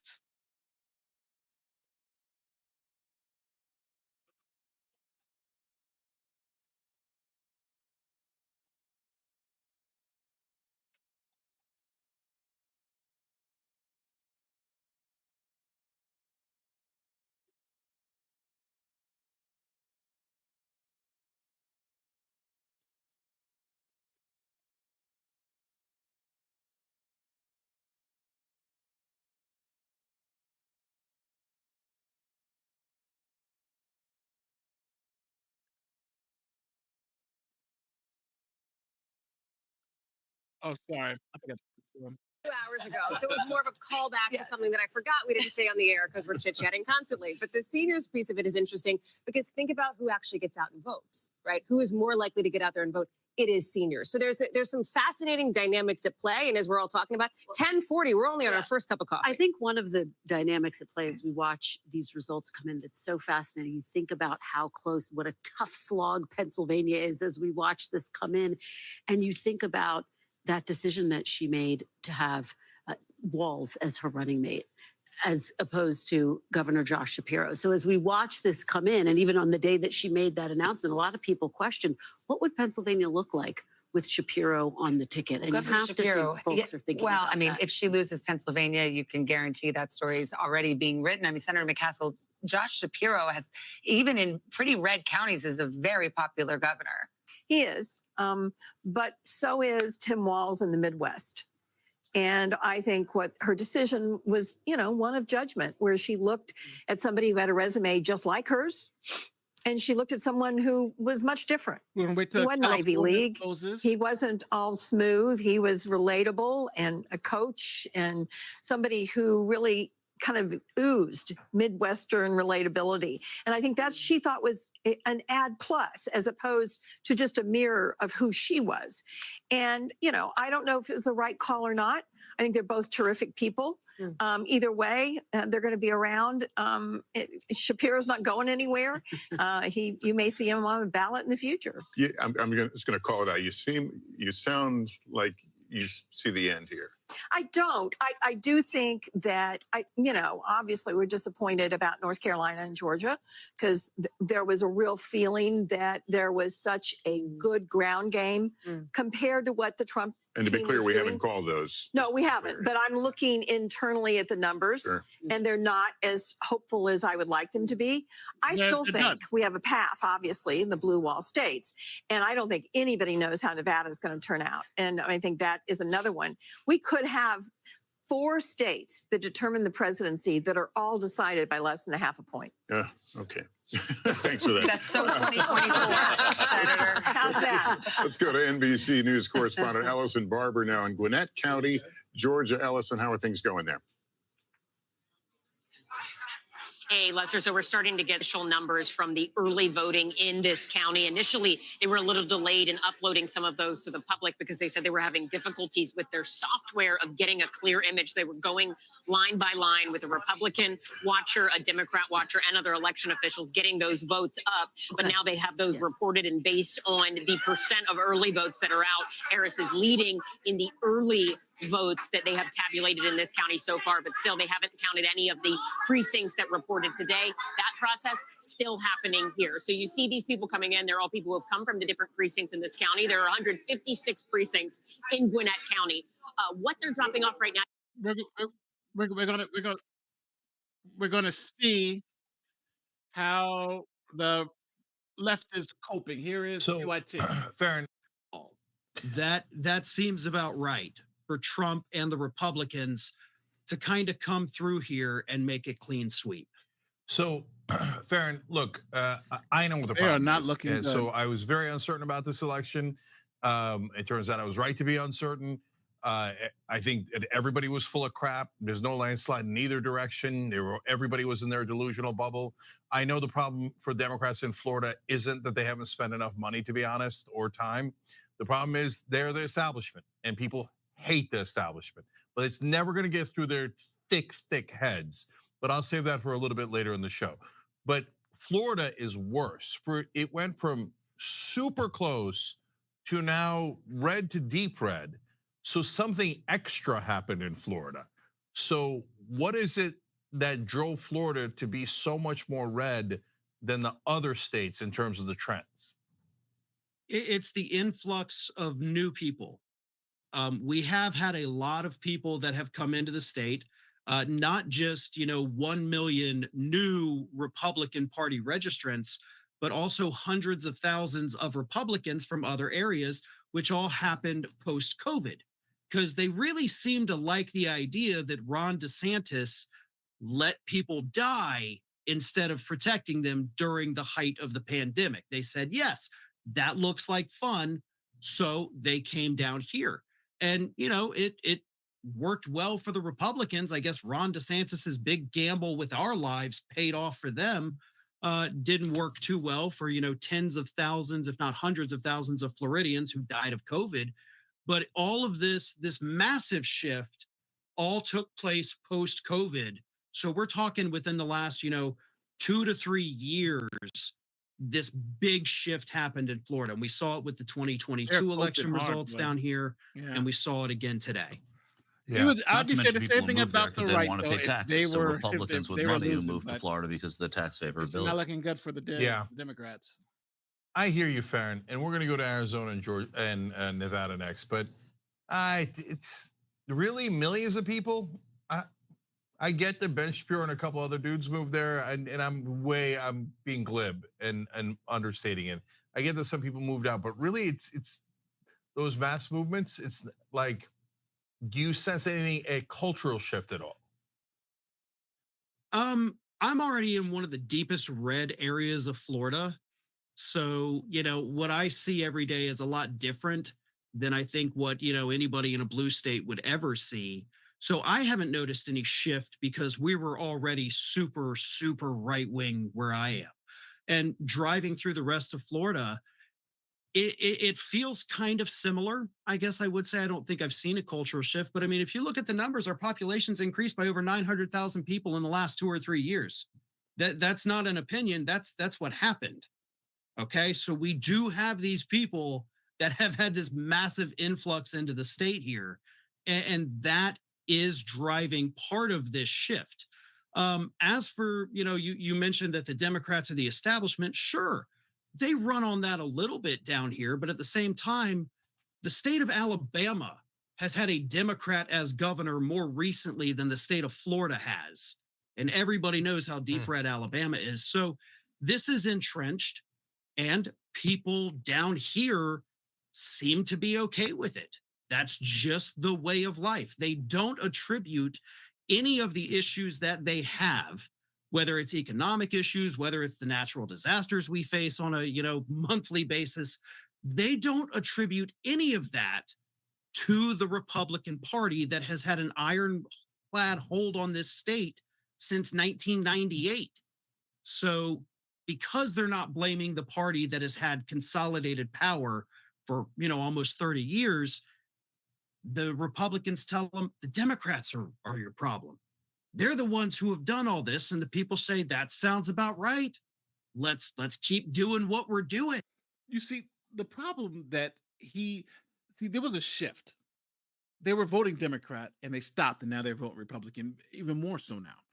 And I think it's easier. It's hard not to look within and say, what am I doing that hasn't that's not getting us to where we need to be. And I'm just, and I feel like I sound like a broken record, but it's always the same thing. And generally, it's what you're running on. You're running on the fact that he is a bigot, he is a racist, he is this, he is that, right? Demonize.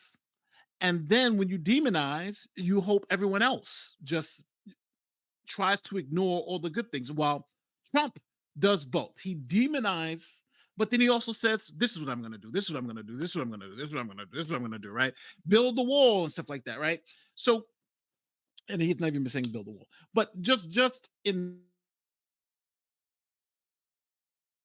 that Trump's presidency and saying, hey, before COVID, things were actually going pretty well. If COVID didn't happen, what would have been the result? And I think that's kind of what's underneath. So I think the Democrats got to kind of look within, and they have to start thinking, how can we now message this thing better? Because just calling him a racist isn't working anymore. Matter of fact, the people who we're saying he's most racist toward, which are Hispanics, are overwhelmingly voting for him. So there's something wrong with how we're trying to portray this. This dude is full of crap. Asked Jeff Bezos why he moved to Florida. COVID wasn't it. No, because taxes are low. The reason why I moved to Texas, because taxes were low and it was a better situation for me and my family. So let me switch it to NBC because they're about to make some. It's a 50-50 race. And so this is going to go down to the wire in all of these battlegrounds. Close race means a long time. We can put it that way, right? I mean, I think that's generally the vibe. We'll see how it goes. I think everybody's looking towards Pennsylvania, just in chatting with All right, well, let's check back into the presidential race, and we'll take a look at the road to 270. 9 minutes. And then we get the big West Coast.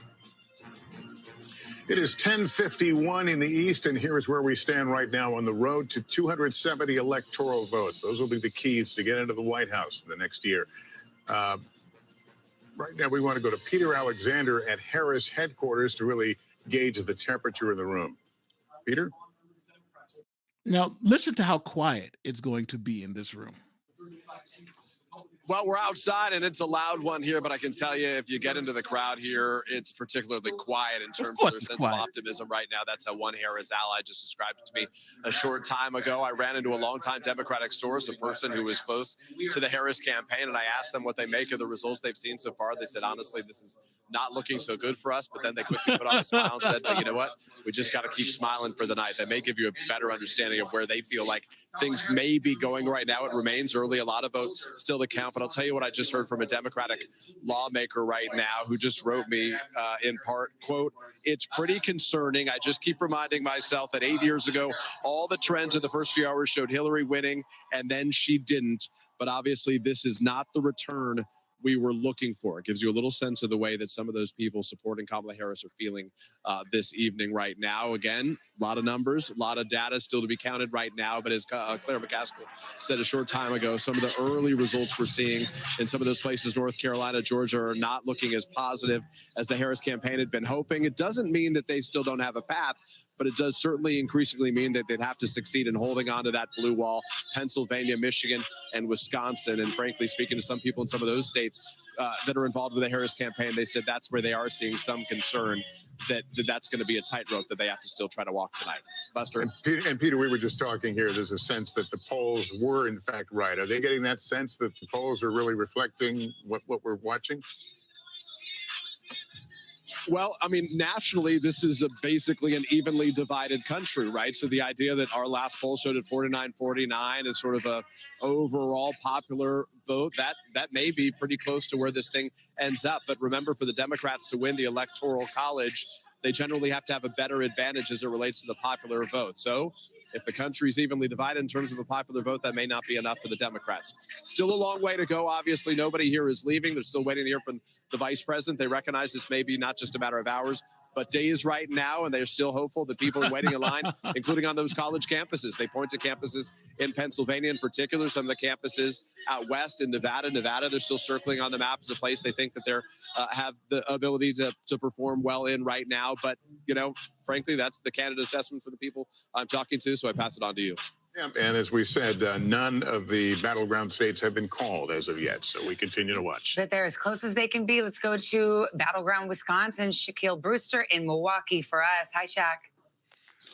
We got 6 minutes left before polls Hi there, close Savannah. in And you know, one thing that California. we're hearing is that just heard from the Milwaukee elections clerk, and they're saying that they are processing these absentee ballots. All of the early vote, all of the mail-in vote is counted here in this warehouse. And this update is despite the fact that there was a little hiccup that we saw earlier today. I'll show you what happened. It was on these tabulators that we see. And if you look closely at that red sticker there, they say that that flap was not locked. The tabulator was sealed, but the actual flap there that opens up, it was not completely locked. So what they did is they got a bipartisan group together. They went through to all of the 13 tabulators, high-speed tabulators in this entire facility, and they went through and emptied them out and restarted the count of some 30,000 ballots. Now, despite that, they say that they're moving along fairly well. When you look around here, you see at each of these stations, the election workers, the election clerks are counting those ballots. And, you know, when you talk to operatives in the state, I'm going to switch it real quick to Democratic operative Brian Taylor Cohen. He's got over 94,000 people watching him. And he's just looking at the screen. Why can't I just do this? Why can't I should just put on a suit and just look at the screen. Why am I talking? Why am I not even talk? He's not even talking. But he's shocked. This is MSNBC's guy. Yeah, he's got a shock face on. He's not liking what he's saying. Let's go back to the presidential race here. Actually, let's go to see if there's any other updates in the Senate. Let's check in on Dan Osborne. Here we go. His lead is shrinking as we approach the halfway mark, but he is still leading Deb Fischer, the incumbent Republican senator, by 3 points, 3.5 points here in Nebraska.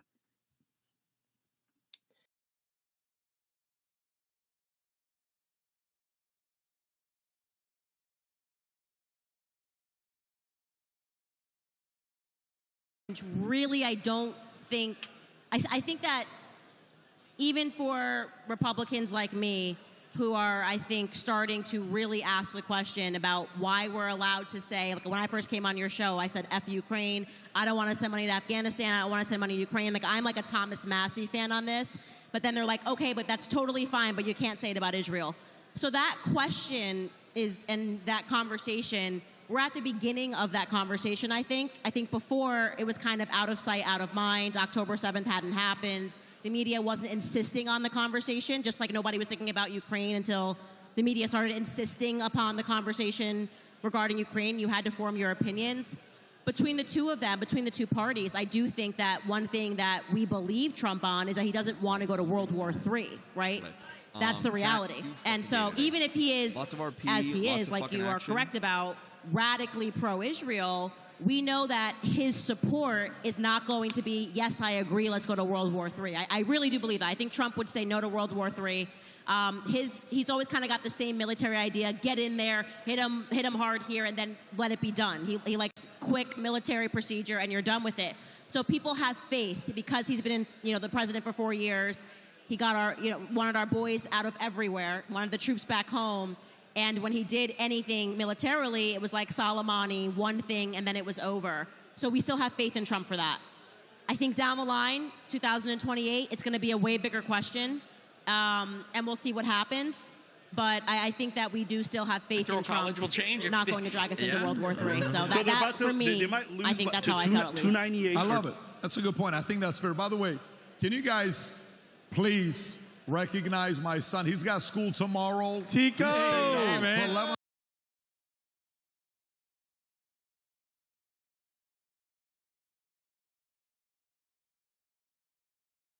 You're taking extra shots on that. All right. Potentially going to lose the Electoral College by a lot. You're most likely going to lose the Senate race. Maybe. All right. So those are 4 big L's. Don't look at me, motherfucker. Come on. All right. So I want you to own that. I want serious analysis. Listen, I'll say this. What do you think it means? Or do you want to wait till tomorrow to do that? It's right now. We're going to win the popular vote. It's just a question of how much we're going to win the electoral vote by. He's 50K. We'll get there. We'll get there. We'll get there. Okay. But I want you to sit with me in this hypothetical. You're talking to a man who survived the 2007-2008 financial crisis, COVID, and the season finale of Game of Thrones, okay? No matter what happens here, I'll make it. I know you're going to make it. I want you to talk about what it means politically. Tomorrow, maybe. What does this tell us about America? We're on track. Felix W, thank you for the 25 gifted subs. Thank you. Not you, Felix. You cheap fuck. All right. What? Talk to me. I just think if it happens, it happens, and we'll look at what went wrong and, Hold on, and wait, we'll wait, deal wait, with wait. it. Hold on, wait. Felix, we got a Felix talk. Go. What? Oh. I can still cash out and make a little bit of money back. Do I or not? Why would you want to cash out right now, Felix? Don't do it. You said you'd never pull out, Felix. You can't do it. Diamond hands to the moon. Hold up. To the moon. How much do you get if you pull out right now? 100K pull out. 100K. 100K? 100K? 1 milli? No, fuck 100K that. in Canadian dollars is 140,000. Do it. Oh my God. Don't do it. Don't do What are you it. gonna do? it. Buy another car that you can't drive? In No, Quebec, you fuck could put that. a down payment on a really nice condo. Oh my God, a down payment? What are we talking about? Yeah, do it. Don't listen to Destiny. California has just been called for the Yes! Democrats. The That's boss what we looking need. way better now. Oh shit, go to the electoral college. Oh, it went from 89 to 88. Okay, Yes. okay. Hell yes. That's what I like to see. Save your 100K. Pull out. Is it that over? No, yeah, don't listen to him. it's that over, Don't, are you bro. gonna listen I'm to telling this you guy, right now. This commentary YouTuber. Oh, look at the electoral college map. And I'll tell you this: if I'm Really balancing out. Don't listen to him. Don't listen to him, Felix. Diamond hands. Diamond hands. if I'm wrong, I'll give you 20K. If I'm right, give me 10. What? This guy's like fucking side betting. You don't want this.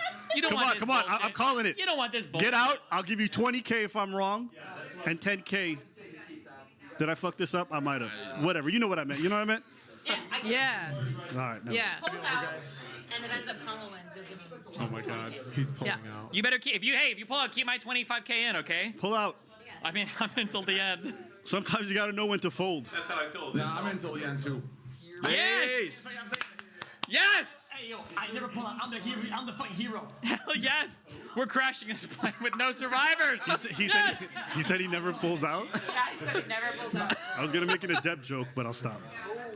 Yeah, where's that McLaren? Even when the odds are stacked against you, okay? Remember. Come on, really? Typical, huh? All right. Typical. Okay, we need. Let's check in. Let's say some. How's we need to get Alan some moral doing? support. How's Alan? Come on, Alan. If his stream is offline, I don't know what to say. No, come on, they wouldn't do that. Interviewed fairly. Oh no. They're fine. They're fine. They're less red. They look like they're coming back. What happened? Oh no. Yes or no? Can we win Michigan?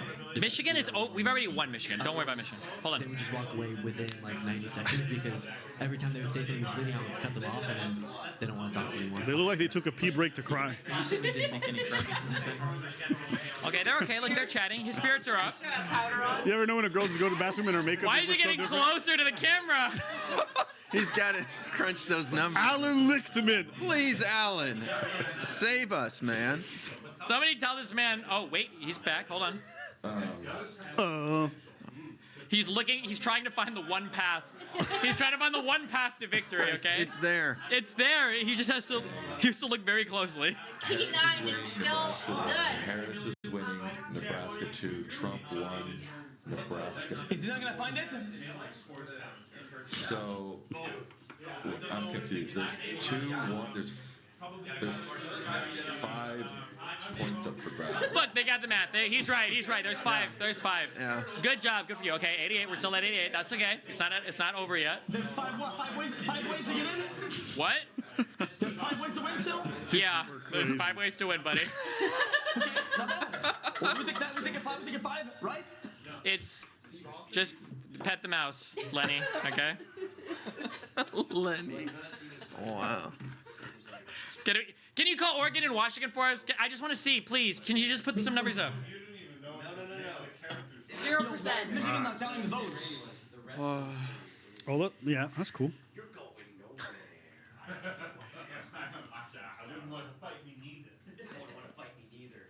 Don't care. We don't need DC. It doesn't even count.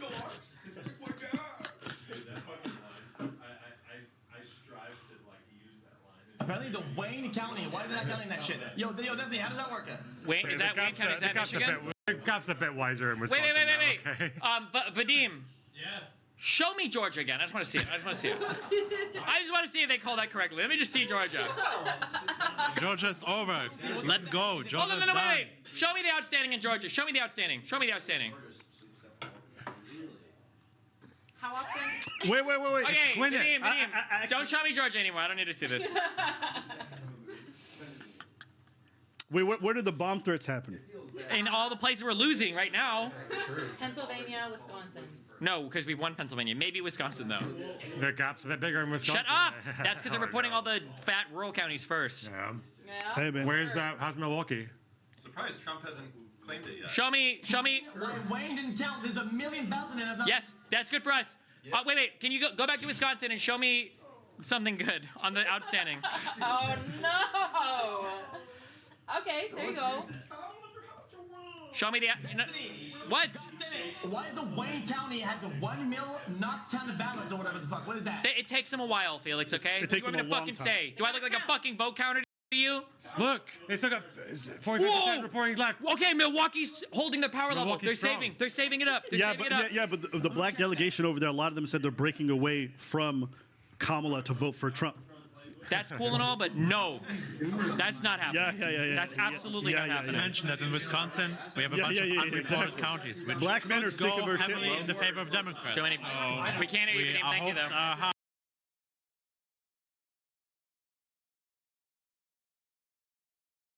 Just hit. Bitcoin, can you pull up Bitcoin? Bitcoin just hit $74,000. All-time high ever. So what they're saying is the market is saying they're leaning towards thinking Trump's winning tonight, so everyone's buying crypto, everyone's buying Bitcoin. Who knows? Candace is not convinced. Candace is buying gold tonight, not crypto, not Bitcoin. She's a little nervous. I'm Candace, just you scared give me to a sleep. look. I'm just scared to sleep. As long as we all stay awake, we'll be Who's okay. more scared, you or George? Who is it, more him or you? I think we're probably equally scared to sleep. Yeah. He messaged me. I mean, I gotta say, guys, I do, and I don't mean to be the bummer here, but like, this is not over yet. And I'm just saying, as I'm sitting here looking at the map, Pennsylvania is what this is all coming down to. Like we've been saying all night long. Now, Trump could still win without Pennsylvania, right? He would need a combination of maybe Arizona, Wisconsin, and Michigan. It's very unlikely that he pulls off Arizona, Wisconsin, and Michigan. It's much more likely if he gets it, it goes through Pennsylvania. And I'm just saying, Pennsylvania, look, it's as of right now, what has he got, a couple 100,000 vote lead? 70,000. So we got 59% to 41%. That's what we're at right now in terms of the election. Now, I'm not saying that looks good for Trump, but that's far from Spike the football Trump is territory. 51.1, Harris 47.9, 70% of the ballots. So it's not that bad. But all that matters is the Electoral College, and it's so.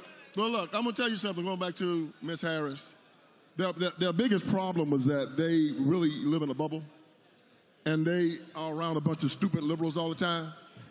And they really think that the American people are stupid. And so she believed coming.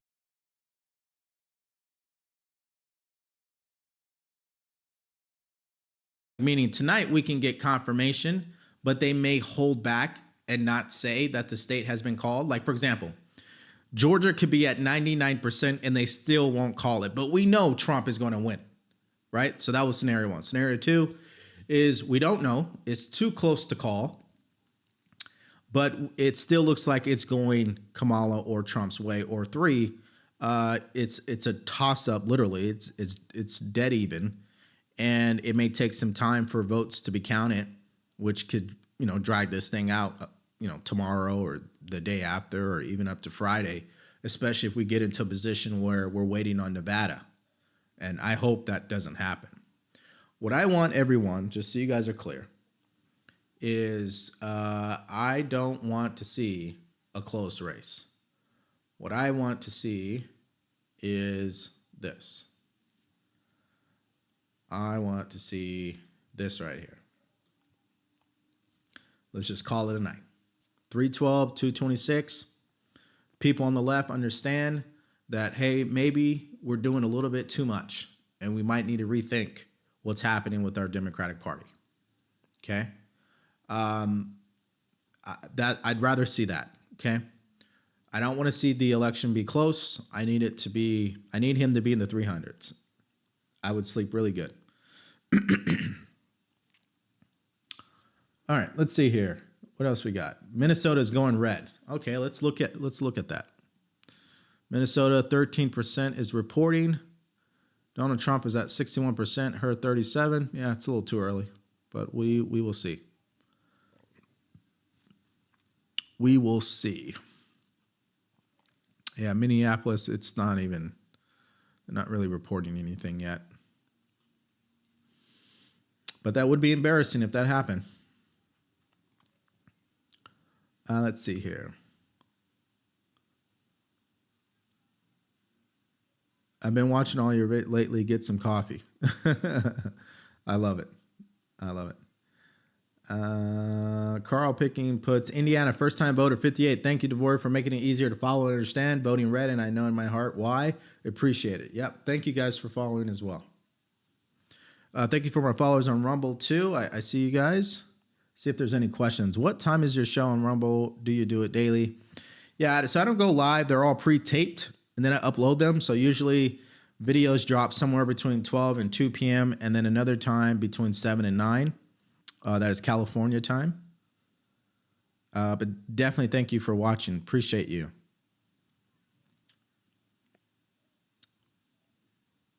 Okay. All right, there we go. All right, so let's check in on X, see what people are talking about. What's the conversation in the comments section, as they say? New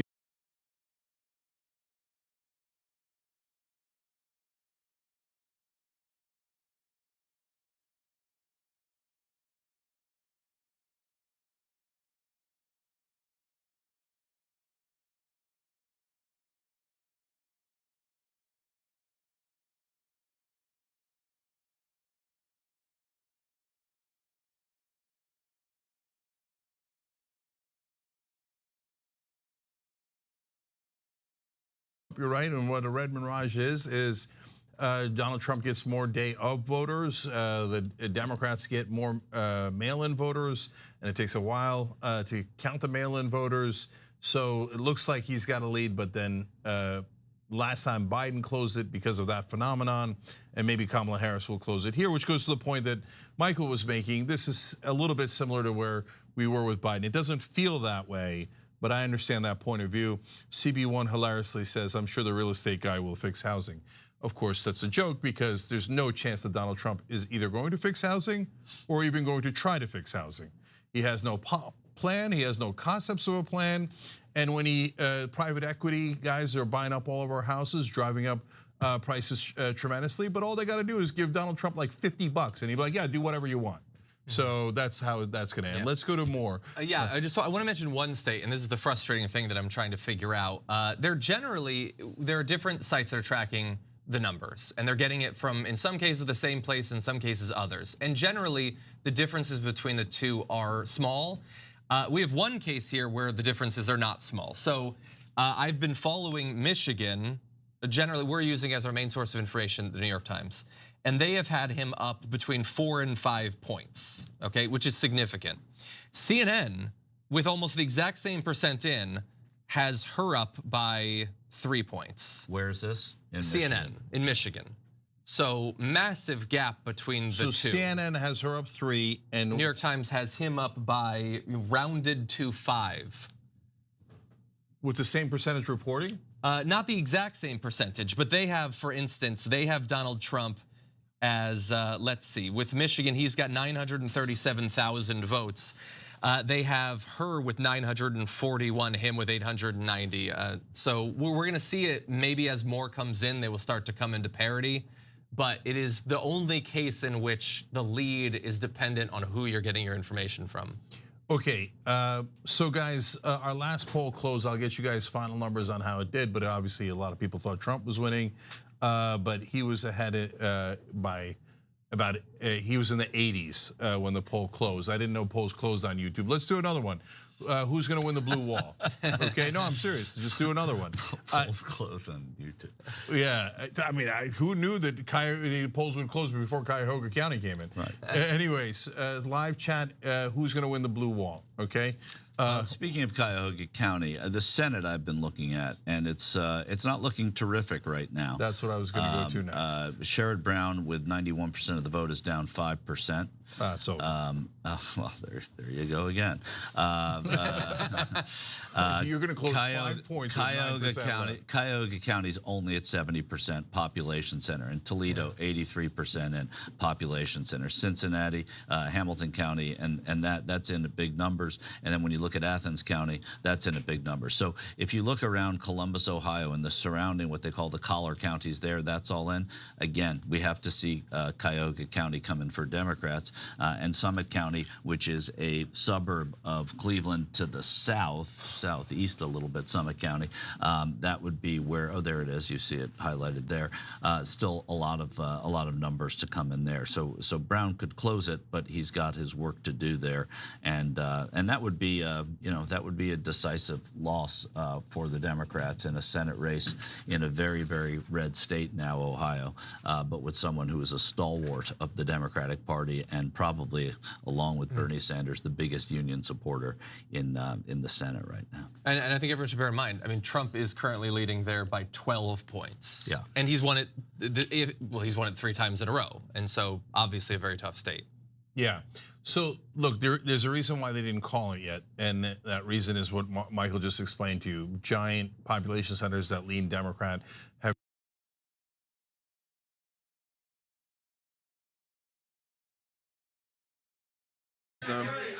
We already have that. We need Nevada. Okay, Nevada's up in the air. Okay. In play. I've been saying that a lot, but it The is. electoral votes is Arizona. That plus Nevada overcomes Wisconsin, okay? But it's. I just need to make sure, okay? I don't want to get ahead of myself, all right?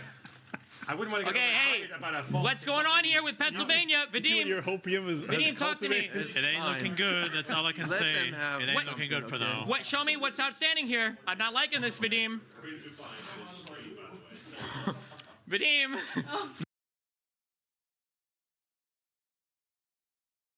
No. Give me. No, these 3 are good for us.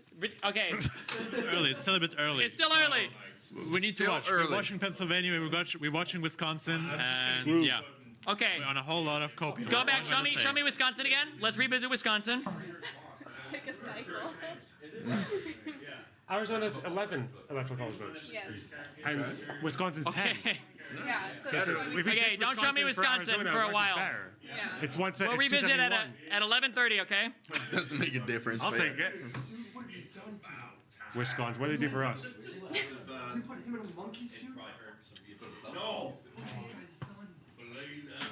Is AK Alaska? Yeah. Are the votes including mail-in ballots when it says outstanding?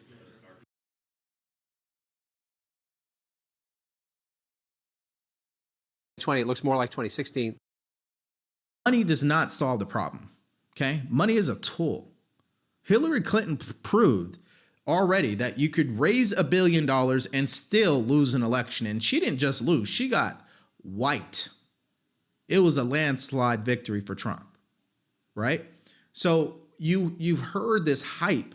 Kamala Harris raised all this money in a short amount of time. It's never been done before. It doesn't mean she's going to win the election. If that was the case, then Hillary Clinton would have won, right? So I say that because sometimes we think as humans,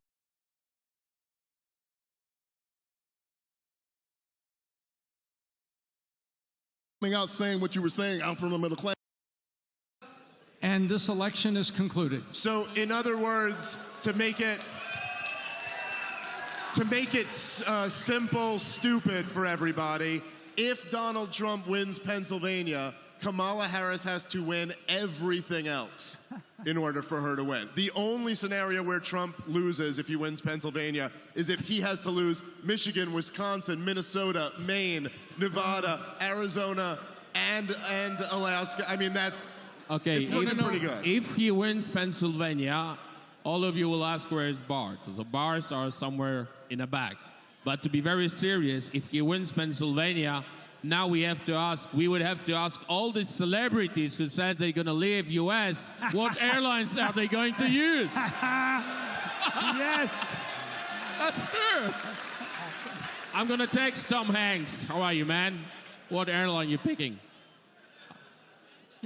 Nice. Hey, So yeah, Patrick, I wanna we're say waiting with something. bated. You know, we're there are waiting with so bated many breath. of them against democracy. They call themselves Democrats. Go ahead. But only when they're winning. Exactly. If they're losing, there's no democracy. You're all garbage, fascists. You know, we've been called Polish. After all this, what we went through during the war, they called us fascists. Republicans, conservatives in Poland called fascists. Then they call us communists. They didn't know how to deal with us. They lost 7 times in a row in Poland. 7 times nation says, no, we don't want you. So obviously then they said there is no rule of law under your government, under your administration. So it's always the same thing. They are fighting for democracy. They called it. They're fighting for the rule of law. Right. I'm not sure if you're waking up every morning and you have this, you know, words of rule of law, democracy, all this on your plate. They are using it as an excuse. They think that democracy is only when they're winning. This is madness. If you lose, that's a part of democracy as well. Of course. Yeah, you accept it. They don't want to accept it, exactly. Yeah, because when they say democracy, if you think that they mean rule of the people or free elections or something like that, it makes no sense. But it makes sense when you realize that when they say democracy, what they mean is their rule over us. That's right. That's all it's ever meant. That's Listen, right. They said when they were backing the coup in 2014 in Ukraine, which by the way is a big part of the reason why there's the war there now, the National Endowment for Democracy poured in millions of dollars to support a coup to overthrow a democratically elected president. Because democracy means DC ruling the entire world. That's all it's ever meant. It's not a real thing. Democracy is fake. You know, we talked about the black male vote, and I just want to say this.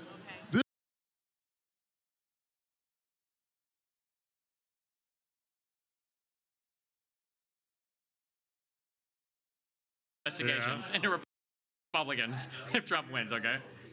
No, see. Listen, someone will just do it on the side, like for fun. They'll write a novel. If you're skinny and unfit. Listen, this might be the first president going to prison, okay? So let's In just think what about state? that. That's a good New one. York. He's That's already some real convicted. copium. We can get the revenge Oh, yeah? when we sentence the this NYPD motherfucker. is going to go march onto the fucking Capitol and Yes, seize sir. President Trump? Yeah, we'll see about that, okay? I mean, He's a they did it private to citizen. a squirrel. They can do it to the president.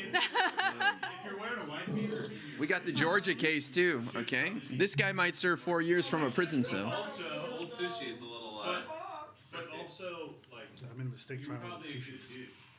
Oh no. Rip.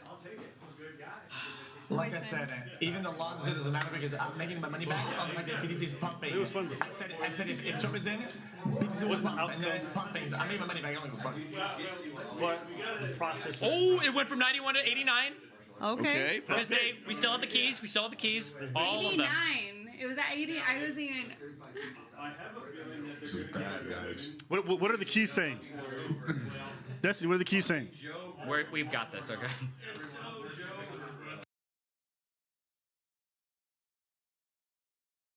To passing any of the biggest fraud of a populist that the world has ever seen. There's not a single populist bone in his body. It's all me, me, me, me, me. And what's happened here, guys, is that in a country, and especially a right-wing movement that hated the establishment so much, there came a guy who didn't come to fight the establishment. Donald Trump has been dying to be part of the establishment his whole life. Every story that we've ever seen about him is, oh, Steve Wynn's so rich. Oh, I want to be like Steve Wynn. Oh, Elon Musk is so rich. I want to be like Elon Musk. Oh, I want to get into the best parties in New York. All these pathetic, pathetic attempts to get into the establishment. But the establishment's like, you're too much of a clown. Get out of here, right? So then they clashed. And what happened was the populist right wing go, oh, that's the guy the establishment hates. I guess he must be the right guy. So in a sense, Trump, for the 88th time in his life, got spectacularly lucky Yeah. His dad gives him $413 million. He blows it all. And then Jeff Zucker comes along at NBC and goes, hey, I'm doing a show about a successful businessman. You've had 6 major bankruptcies. You're one of the biggest losers in the business community. So all the successful businessmen won't come and do our show because they're busy running their successful companies. Can we hire you as an actor to pretend to be a good businessman? Trump's like, how did I get this lucky? Yeah, I'd love to do that. So his new dad, Jeff Zucker, gives him $400 million more. And then he blows that. And then here comes Hillary Clinton and the Democratic Party and Biden and Kamala Harris.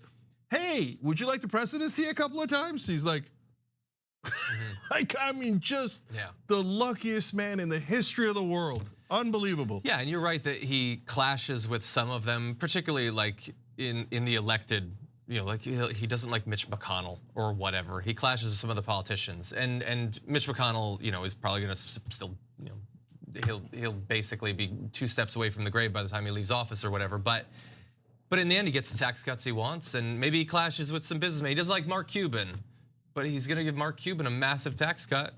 He's going to deregulate all of his businesses. Oh yeah, he'll snipe at some of these businessmen, and they'll cut their taxes in half. That's what he does. It's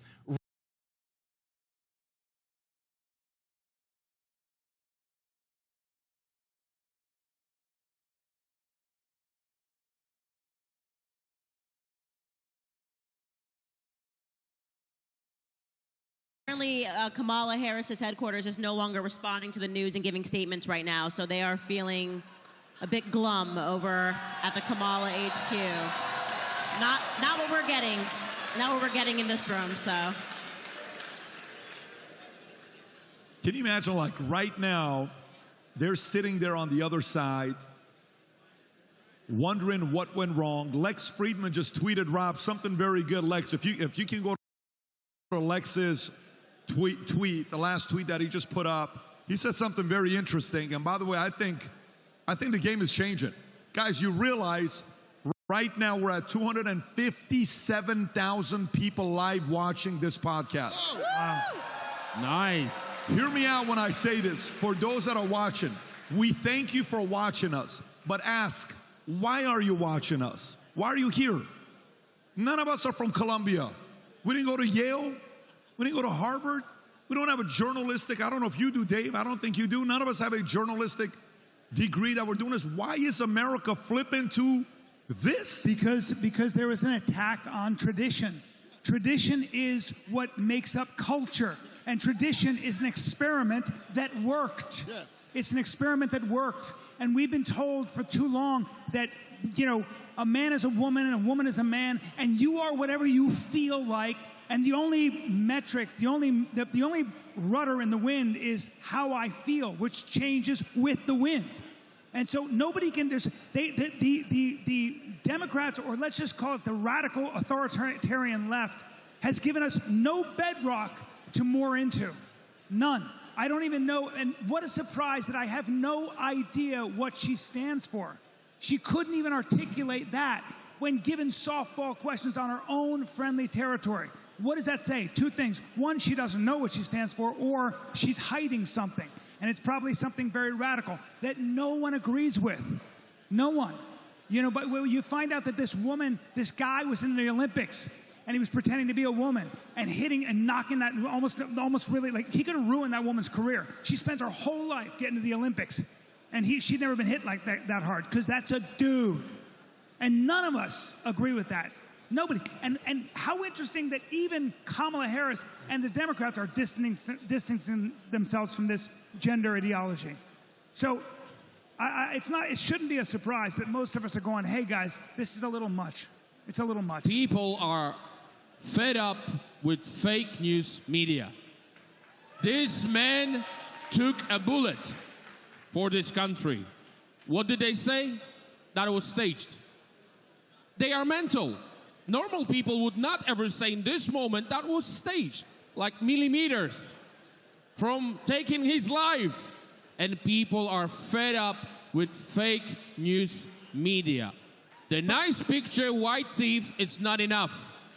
People want honesty, Patrick. That is why you, Joe Rogan, canons, and people with a huge audience are changing this country because people are.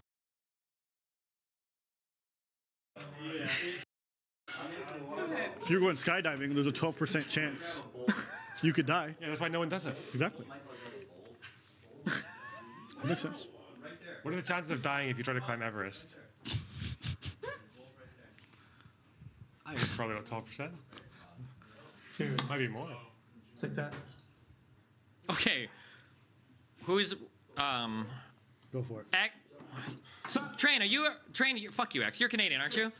Yeah, what's up? Is Trainwreck's American? It doesn't matter, brother. He's from Arizona, yeah. Everybody can vote, man. It's inclusive. What's up? No, because I want to form like an. If Trump is gonna win and we're gonna do this train, we should make an oligarchy. That's sick as fuck. It's where if we have enough money, we get to like control parts of society. I think we need to hook up and chat about this, okay? Oh, like a harem or whatever? No, what? Wait, hasn't Dan Clancy tried doing that on Twitch already? No.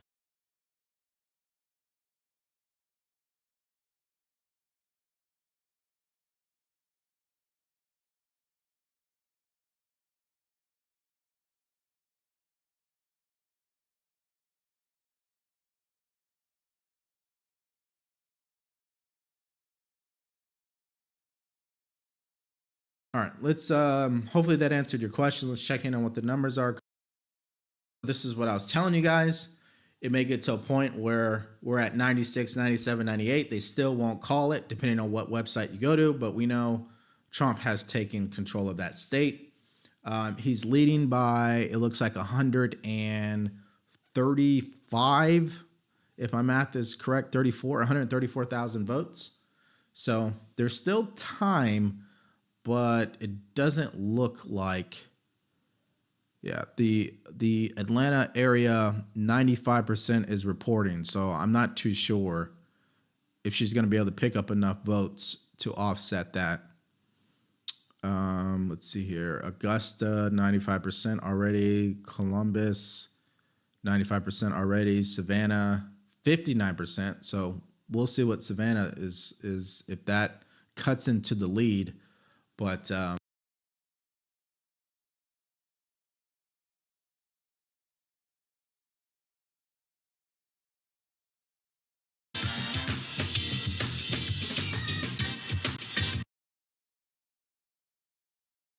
No, a real. Savonis.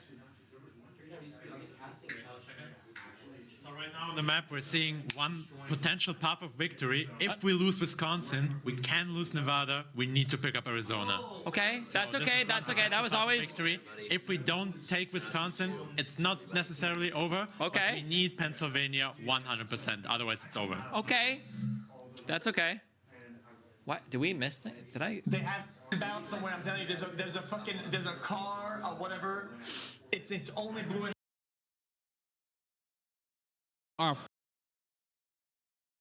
Anybody want to buy MSNBC?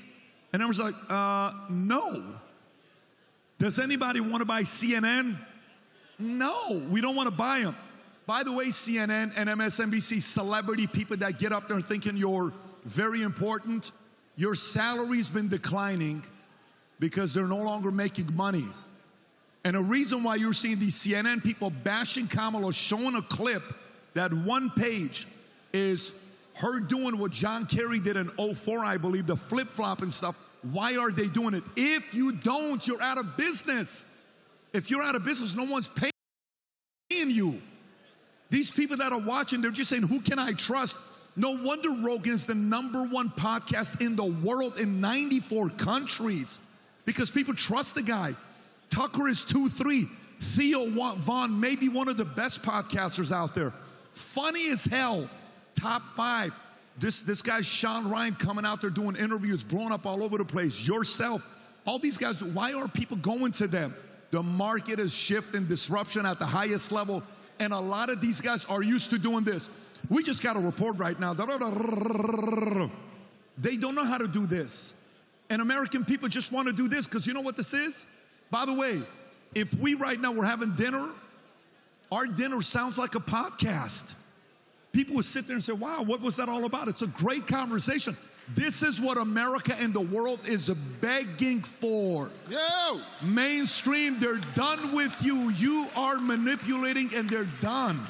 The market is no longer working and they're walking away. Not because we have some fancy degrees, because people trust being real and sincere. Very simple, and the market's always right. Yeah, you wanted to say dude, something. That's like one of the best rants I've ever heard, 100%. And if I could just add to that, right?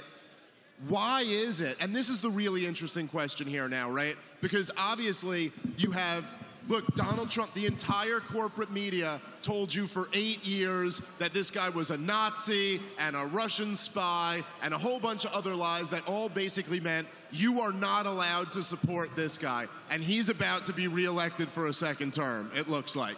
So that is obviously a huge rejection of this media apparatus. Of course, he did all the big podcasts.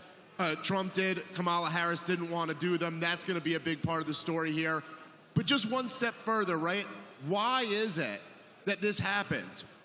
Think about the advantage that the corporate media had on people like us. They were years ahead of us, and they had billions of dollars of budget. That, like, listen, like Pat, obviously you got a few bucks that you made all this happen. This is pretty cool. But you don't have the budget that CNN has or the New York Times has. You have a fraction of the budget of those giant players. So why is it that the ratings for this show are crushing all those guys right now?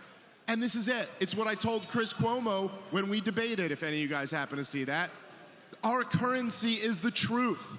That's our value. And the corporate legacy media has lied about everything. And when I say everything, I mean literally everything. In the 21st century alone, what did they lie about? 9/11, the wars, the financial crisis, Russiagate, COVID, Hunter Biden. Dude, just this week, they tried to convince us that Donald Trump said Liz Cheney should be executed by a firing squad. I almost voted for him twice. Turns out that was a lie. He didn't say that. We're really still hoping he says that at some point. But I'm just saying, they lie about everything. Because they think they're smarter than the average American. And they don't have it anymore. But that's the liability. The liability is by the way, but before they react, they're reacting for a reason. This is New York Times. This is not us. Wait, hold on. This is New York Times. Likely Trump winning 299 to 239. Whoa. This is New York Times, who can't stand Trump. By the way, Tom, you know what this reminds me of? 2016, you and I are on the phone at 3:30 in the morning. You're like, look at New York Times. Trump is about to be on that his story?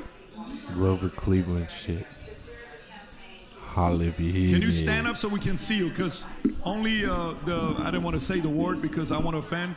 People could see you. Just stand up so they can see you, Tom. I usually answer the question with, I am standing, but go ahead. We were watching the New York Times, and we saw the New York Times meter in about 20 minutes just move back as the blue wall was not a blue wall. Remember? That didn't come true. And I said, Pat, go here and watch. And we're watching it, and it says, all of a sudden it says 75% Trump. How is this possible? And then the Wisconsin votes, and the Michigan votes, and the Pennsylvania votes came in, and we were like, oh my word. And that's where it came in. And that's where you've got right now.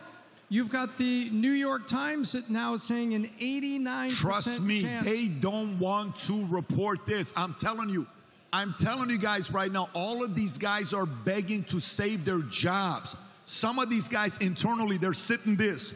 They want to vote for Kamala, but they don't want to lose their $5 million salary. And if Kamala's president, their salary drops. If Trump is president, they got somebody to talk shit to for 4 years to get advertisers. Deep down inside, these guys want Trump to win. When it comes onto their bank account, they just don't want to say it in front of their friends. Some of these guys are sitting there saying, hey man, I don't want to lose that 25% salary that I'm getting right now. Don't drop it. Brian, I think you want to say something. Yeah, and by the way, watershed moment. Even if Arizona takes a long time to count, take a look at what's going on in Wisconsin. 72% have counted now. It's a 78% chance of winning Wisconsin. Wow. Look how red it is outside those cities. Wow. Brian, go ahead. You were saying. I just think that this is what happens when you have these two economies, when you have journalists and a bunch of people that are controlling the narrative that come from expensive.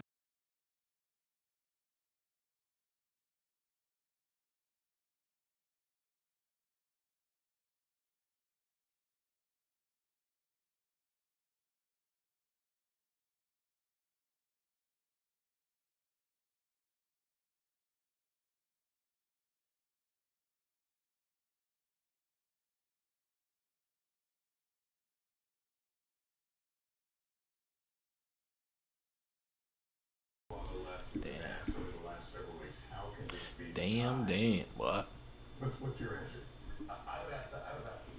It's been interesting. Oh, my wife is not gonna like this shit. Yeah, but Congressman Cohen. They're back. Well, all we can do is bitch. Yeah. Okay. So, Congressman Cohen, what I'm a little worried about is, so you mentioned the ad that they ran about the transgender detainees wanting the surgery, and Kamala Harris saying yes. So, I agree with you that hurt. And in fact, I got into giant fights with leftists online, and I said this exact thing would happen, and they said, "Oh, you're crazy. The country loves this idea, and we'll win anyway." And they were comically wrong. So I'm with you on that. Now, having said that, I don't think that's the main problem at all. I think that hurt, but it's not the main problem. The main problem is that Democrats take donor money and deliver for their donors and not for their voters. And Congressman Cohen, you've been on the show many times. You're obviously, as anybody can tell from this conversation, a plain talker. So let me do plain talk back to you. I don't think that the Democrats get it at all. I think they're going to go kiss more donor ass. They're going to leave their voters behind. And like you said, they're going to whine. And so does anybody in Congress understand how much the country hates the establishment and how the Democratic Party looks like they're the establishment? Well, no, I think that Citizens United is off. And it's terrible that Trump has Peter Thiel and Elon Musk jumping around showing off their poopik and thinking they're somebody, some cheerleader type. But they made a difference, and they gave them money. And Robert Kennedy's going to be in charge of some health care and some food and drug stuff. I mean, this is just ridiculous. Mel Brooks couldn't have come up with something this bad. Yeah, it's for Hitler. But no, don't say Hitler. Listen, Congressman Cohen, I hear you.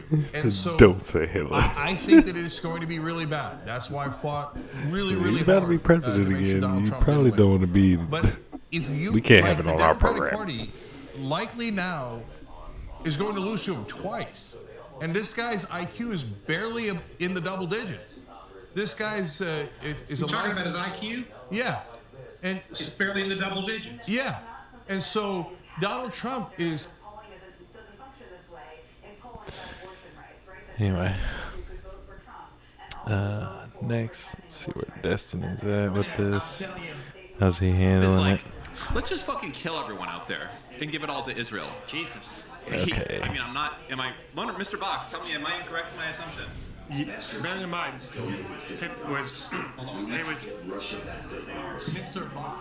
bear in mind, it was youth turnout being higher than it was ever for 2020. Maybe it's just bad timing on that one. We'll just say it's bad timing. Damn, that bitch got a bad tan. If you see the ginger former White House liar lady, what's her name? Jen Patatsky or some shit like that. Man, that bitch looked like, whew, like how they imagine Trump looks, like super orange, like Oompa Loompa. Anyway, PBD. Time for discussion. There is no time for thinking. debating. We have to act now, not tomorrow, now. And this now for America is now, tonight. We have to, you have to. Mr. Trump, he has to do it. And I believe... Let's see where... Dog, I never noticed my dog's name here. He's a former military, I believe. Now how do you say that? It's not Devory, right? It would be Devory, right? Devory Darkins.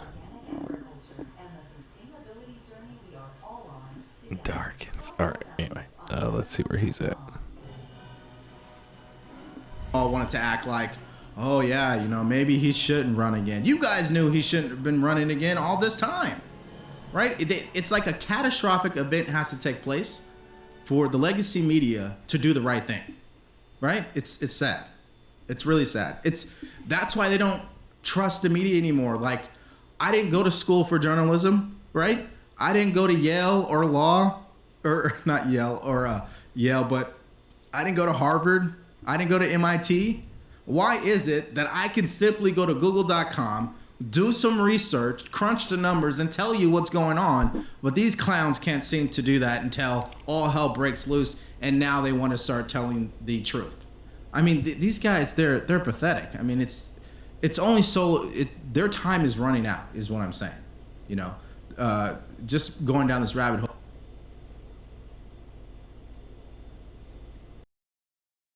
Really quick.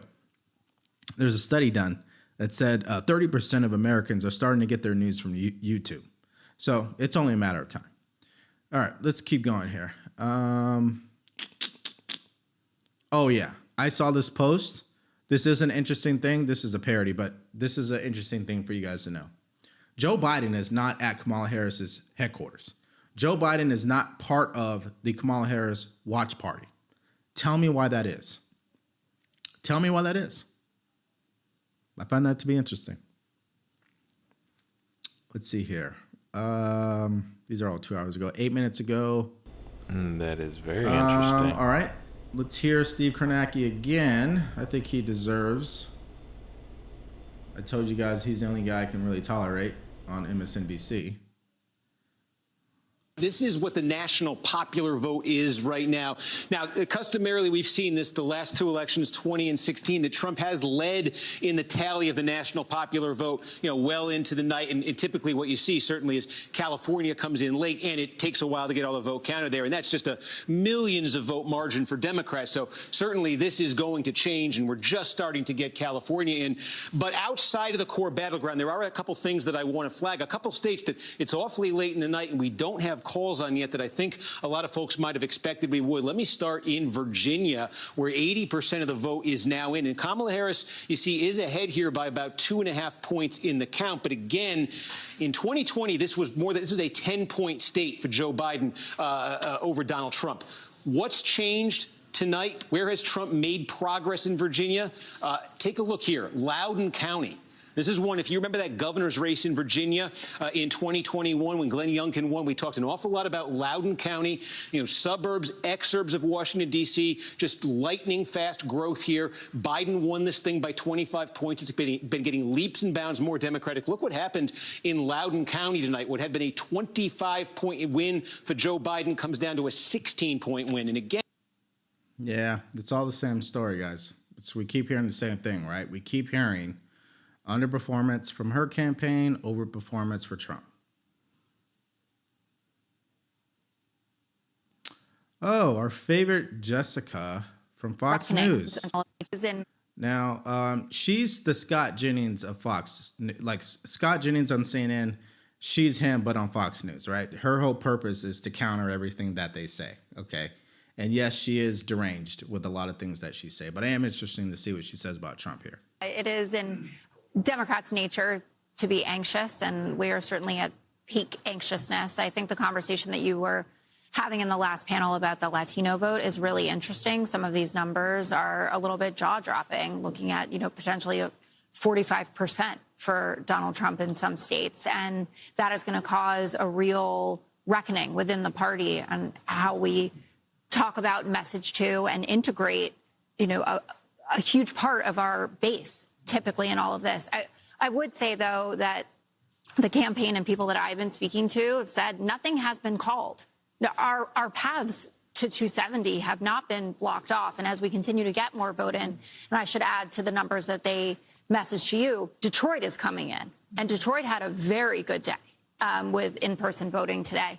And the suburbs of Atlanta outperforming where Biden was there. One point of concern is that she's not doing as well in the rural areas as Biden did.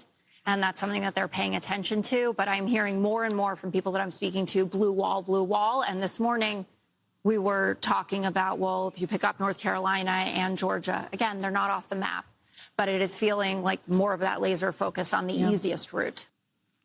Well, Georgia and North Carolina are off the map. Yeah, this was 26 minutes ago. So, yeah, it's done for her in that regard.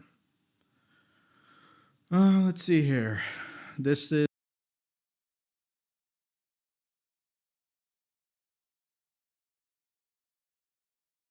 So this is, you're saying in Illinois, 4-point margin this year. Last time he lost, Biden won by 1 million votes in Illinois. Yep. And then look at what this is it year. right? So Trump got 2.44. Just remember that number, 24-34. Yep. Bring it up to today. He already has the same amount of votes by 100,000 as and 86% of the votes in. That is and this is Illinois you're talking about. Wow. Same thing in Jersey. Can we see Jersey? Do you have Jersey to show us? Yep. Dave, this is your country here, Jersey. Oh yeah, sorry. Sorry about Jersey, guys. It was youth turnout. It's close. Well, That's close. Okay. Yeah, it's currently 85% improbability for Trump. We'll see how it Show me the top two again. goes. Let me do more math. Let's do more math. Show me the top two. Show me the top two. I am about to call it a night Top though, two outstanding y'all. Pennsylvania. Let's add them up. Let's count how many votes we got. We need 200K If you know me all very day. much, We do. it's not Okay, bring me up. exactly something I'm concerned about. Number one. Bring me up number one. But it is First always county, good we need entertainment. 200K. That's all we need, baby. It's good bread and circus for the masses right here. That's all we need is 200K. That's fine. Hopefully they don't turn around and start burning their cities down and shit. Okay, is the math correct? So Fucking 215 bums. outstanding. There's about a 55% difference. Is that right there? Like I had 110K. Am I correct? 150, yeah. What? 110, 150. Okay. Okay, that's all I want to see. It's on the board. And they could be even bluer than this. They could be bluer than that. Maybe hold like. Because if you recover all the burnt ballots that they set There are historically tons of blue voters that come in for the walk-ins. Wait for the results. Okay. My fellow Americans, Big D here. Destiny, you're still on Reckful's couch. Wake up, wake up, wake up, wake up, wake up, open. That's a good one. Wow. Because he's on drugs. Tripping. Wow. I think we got Philadelphia. I need to be confident in my call. I did call it. 57% of the rest of the voters. That's so easy. That's like not even a challenge. Alright, let's come over to TNT, TYT. See what they're spazzing out. He's not. I have to clarify these days. He's not actually the Zodiac killer. Okay, so Pennsylvania is probably not going to be called tonight. I wouldn't imagine. John and I were talking. Yeah, there about hasn't that been much before. movement on any There hasn't of been much movement. The emptiest counties are the counties around Philadelphia and Bucks County, Allegheny County, where Pittsburgh is over 90-something%, I think, John. And so when you look at where all those votes come in, it's from that southeast part of Pennsylvania, and that's what is still out. And they lean Republican at this point, but that's because that's what's been counted. Michigan has only counted 46% of their vote. Wisconsin's at 76%.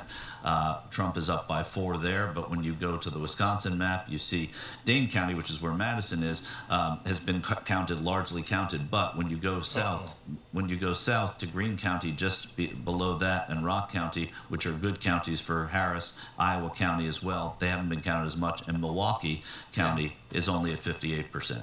And she's two to 1 him there. And only at 58%. It's at 58%. Okay, so there's still hope there. So Yeah, speaking of it's a hope, good thank you for question. I giving see to in the us chat here the anonymous person on who the Unchurched gave channel. the big amount Where's on Anna? TYT.com. We appreciate you, T Walker 74. I appreciate you. Maybe I'll do she more didn't names wanna be in a little bit, involved but in the everyone who coverage gives this over year. $100 through TYT.com, I call them just to personally thank them. I want to give Somebody's Sarah got a F. a supercut. huge shout out as well. Sarah, thank you so much. Really appreciate it. Everybody over 250. I'm sorry. Somebody put together a supercut of TYT, but I believe there was a bunch of other liberal pundits and shit, and like the 2016 election, and watching them like be so certain, and then get like so worried, and then be like sad or angry, and just like fucking blowing their gaskets. It was a sight to see, man. 2016 was probably the most entertaining election I've ever seen. But here we are now. I think they've kind of tempered their expectations on this one a little bit. They didn't seem nearly as down on the left here. But So Trump's maybe got- they won't. Okay, so guys, they won't quick break here. We're accelerate going to the have these rhetoric and updates that are have super them in the important streets burning that shit. as the blue wall. Alright, let's come back over to PVD real quick. Portland, Salem, and Eugene. Portland is relatively a heavily left community, no, Tom? Absolutely. But interestingly, Washington State, it's stable. What the fuck does stable mean?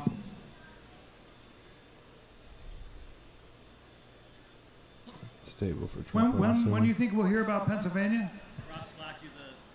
Patrick, you know when they lose, they're going to scream racism and misogyny, right? That's all they're going to scream. Racism, misogyny. It's not going to have anything to do with her policy. It's not going to do anything to do that she was a bad candidate. It's not going to have anything to do with the fact that she ran on abortion. And then I think what they're going to do is pull a January 6th for real. Since they have such a hard-on for doing things that they accuse others of doing. That's what I'm expecting.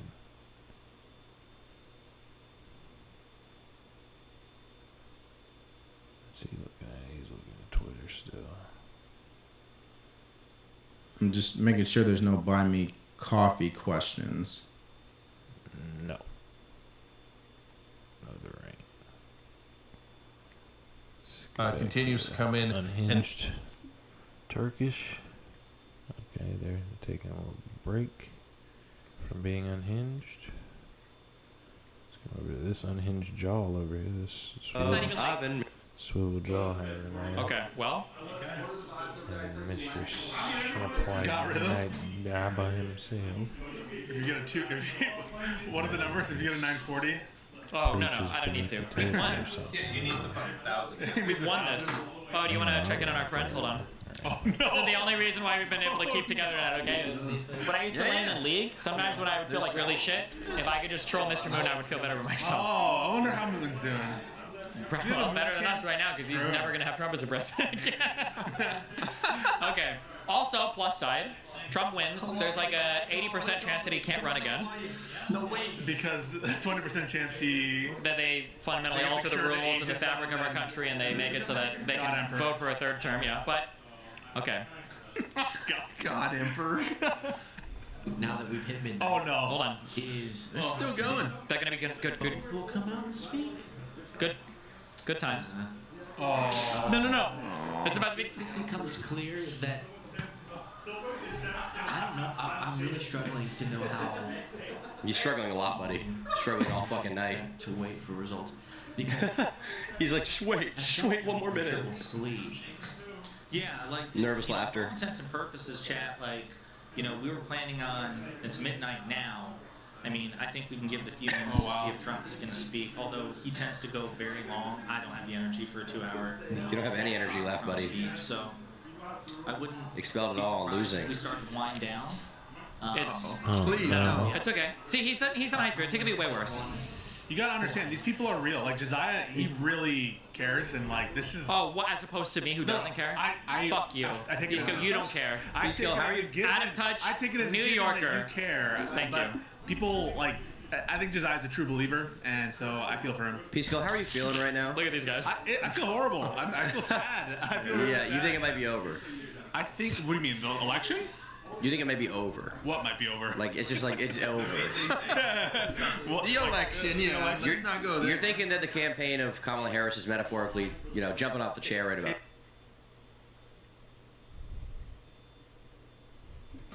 And she doesn't know what to do with it. She has no idea what to do with it. Watch this clip of what Maddow think needs to happen to Elon Musk. Go ahead, Rob. Even if Trump doesn't win, the Defense Department and NASA are going to need a new arrangement for all their rockets and for all the multi-billion-dollar contracts Elon Musk's companies have with the U.S. government. The U.S. government is going to have to either, unwind from all of those contracts, or Elon Musk's companies are going to have to unwind from him. This is an untenable reality in national security terms. Now that we know what we know about Elon Musk. But even if Trump... Why do you think... Wait a minute now.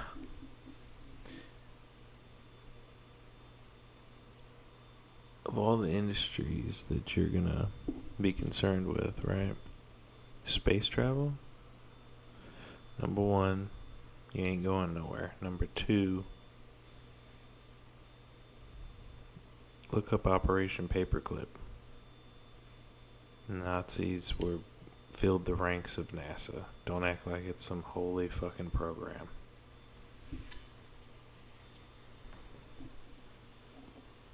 You were cool with literal Nazis filling an agency that supposedly reports to our government, but a private American citizen, or, I think he's an American citizen now. Doesn't matter. A private citizen should be able to do that. It's legal. I don't understand. We can build rockets. Like, if you follow the regulations, which are numerous, but if you have the money to have the lawyers and everything else that you need to start a business like that, you can do it. I'm pretty sure if it compromised our national security to do that, then they wouldn't make it legal to do that. But, whatever. Let's see what they say. They fear Musk as much as they do Dave. Well, look, what Elon Musk did, and by the way, you could find a lot of quotes from Rachel Maddow, and just Hillary Clinton last month blatantly said, if we don't have censorship online, we lose our control of the narrative. And you got to remember, right, it was not that long ago. Like, I'm not saying in my grandpa's day. I'm saying in my life, the corporate media had a monopoly on information. This was up till very recently. This is such a new phenomenon. And They said that to get a respected software engineering degree. Yeah, you're talking like 20 years.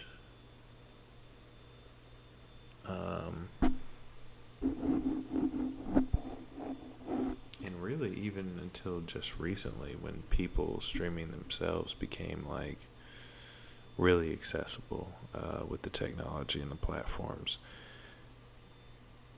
When it came to that point, and now people can do their own research, make calls to other researchers, put a whole lot of time and actual journalism into what they're doing, and they don't have to take what Disney or what CNN or whoever else says to them is the facts, and they can actually get real eyewitness accounts off the ground and really report it back, and you can make out a little bit more of the picture.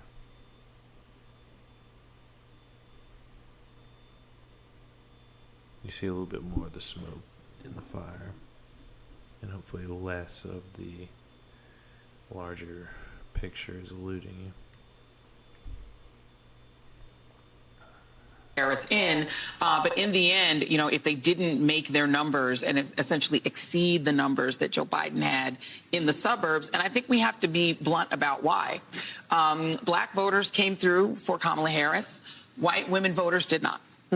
That is what it appears happened in that state, is that if you can't flip enough white women, and we've talked about this on this set numerous times, is that you have a state where you've got a 6-week abortion or a 12-week abortion. I think theirs might be 12 weeks. Yep. But it's a state where women lost their reproductive rights, where there was a very heavy push to get women to focus on not putting in place, re-electing, putting back into the White House the person who was responsible for taking those rights away and restoring them.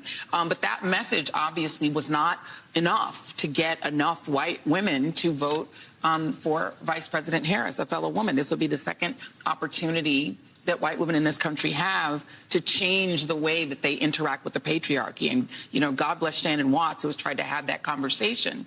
But if people aren't receptive to it, and if people vote more party line or more on race than on gender and on protecting their gender, there's really not much more that you can do but tell people what the risks are and leave it to them to do the right thing. Well, they did the right thing, which was not to vote for Kamala Harris. What are you talking about? I agree. I mean, I don't know what calculations she's doing in her head, but they definitely don't add up. And to blame it on women or white women is... It's loud. She's doing mental gymnastics, and she's like, well, who are we allowed to blame at this point? It's like, well, we already called all the white men evil white racists, so we couldn't have expected them to vote for her. So who must it... Oh. It must have been those evil racist white women. Like, maybe white women aren't having abortions en masse in their particular communities in North Carolina. Maybe they're trying to keep their babies, you know? Actually, let them live at least. Who knows?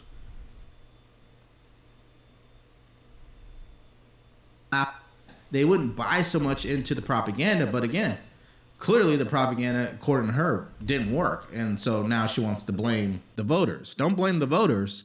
Blame the candidate. Blame your party. Blame the people who ran that campaign. Blame.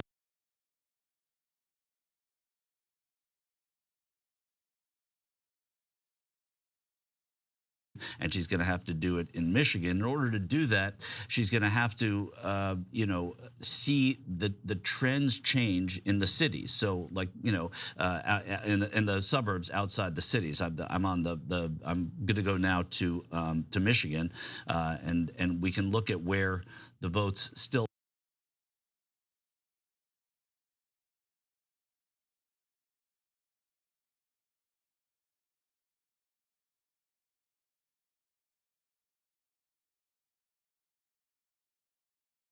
You weren't so grumpy all the time. You were more fun when you were younger, man. I'm just disappointed he hasn't started biting his toenails in anxiety yet. Oh my God. Bring me out the toes. Paste. That's called recycling right there. Oh God. I would have to put my personal and work life on hold. But WGU is shattering that tradition while offering Honorable Chairman Jim Jordan. We really nailed it. And Trump sweeping the battlegrounds. That's like really where we're at right now. And nobody in the media could bring themselves to say that. It's like their managing editors forced them to say that this race was just too close to call. It never was. So, okay, so when you're watching, are you sensing where there is, because what I'm noticing, and maybe I'm wrong with this, and you can correct me with this one, where they're kind of trying to downplay the credibility of Rasmussen. They'll only look at certain polls that favors them, and they're like, no, Atlas Intel, don't look at them, no, Rasmussen, no. They're not even coming to you guys anymore. Is it at a point right now that they can no longer hide? They try to cancel us. They just can't. We were kicked out of the 538 aggregate for ideological reasons. They didn't like that we talked to Steve Bannon or that we polled on issues like the vaccines or election integrity. We're really the only ones that do it. Those are vital issues that people have really big concerns about.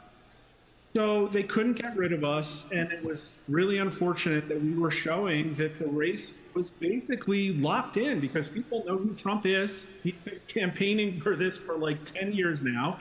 And quite frankly, I don't think people care who Kamala Harris is. He's just an extension of the Biden administration that really hurt people. So we just saw one of the polls from New York Times saying if it goes the way it's going, Trump's going to win 299. Where do you have it? I think he's going to sweep the Rust Belt. I think that he's going to win Arizona and Nevada because that's what my poll said. And I think we're looking at 312 right now, to be honest with you. And I honestly think she should look around and say she's not going to get enough votes to get over the hump. 87% of Pennsylvania fans, 78% of Wisconsin. I don't think she's going to be able to dig herself out of that. And so it's going to be time for the fall. It is what it is. Well, carries out. So if the president wants to appoint the Secretary of State, I'm gonna get in bed, y'all. I love y'all. Y'all be safe. No matter who wins, man, I don't want nobody out there in them streets fucking burning their own fucking cities down. Like, let's be adults out here. Let's, let's try to be adults anyway. I know we're just big kids to an extent and whatnot. And I try to keep that in mind and not be judging people too harshly, unless they're evil people, which, let's be honest, a lot of these people on the left were at Diddy parties just last week, you know what I'm saying? Even if it wasn't Diddy himself throwing it, he ain't the only one throwing them kinds of parties. Somebody taught him how to do that shit. You know what I'm saying? And people in the entertainment industry, people in politics, because politics is theater just the same. It's entertainment for the masses. Good bread and cookies, man. Need some milk and cookies, man. But that's what this is. It's no more, no less, I don't think. It's not about who votes or who you vote for. It's about who counts the votes. And maybe some of it might be legitimate. I don't know. I don't think so though. But yeah. Until next time, maybe we'll check in afterward. I should have jumped back on 2K because maybe I will. Maybe I'll turn y'all on some 2K and then get in bed. Just let that rock. Because I'm trying to be honest, I got to play some God of War. But I've been having all these other things that I need to do. And I want to give it real focus, just because I really enjoy that game. But I want to be in a position where I can actually talk to y'all and y'all hear me in it, actually work on this audio situation. But yeah, I'll catch y'all tomorrow or at some point. Until then, I love y'all. Be easy, stay free, stay safe, stay armed. I hope you and the people are never harmed. We getting up out of here. All right.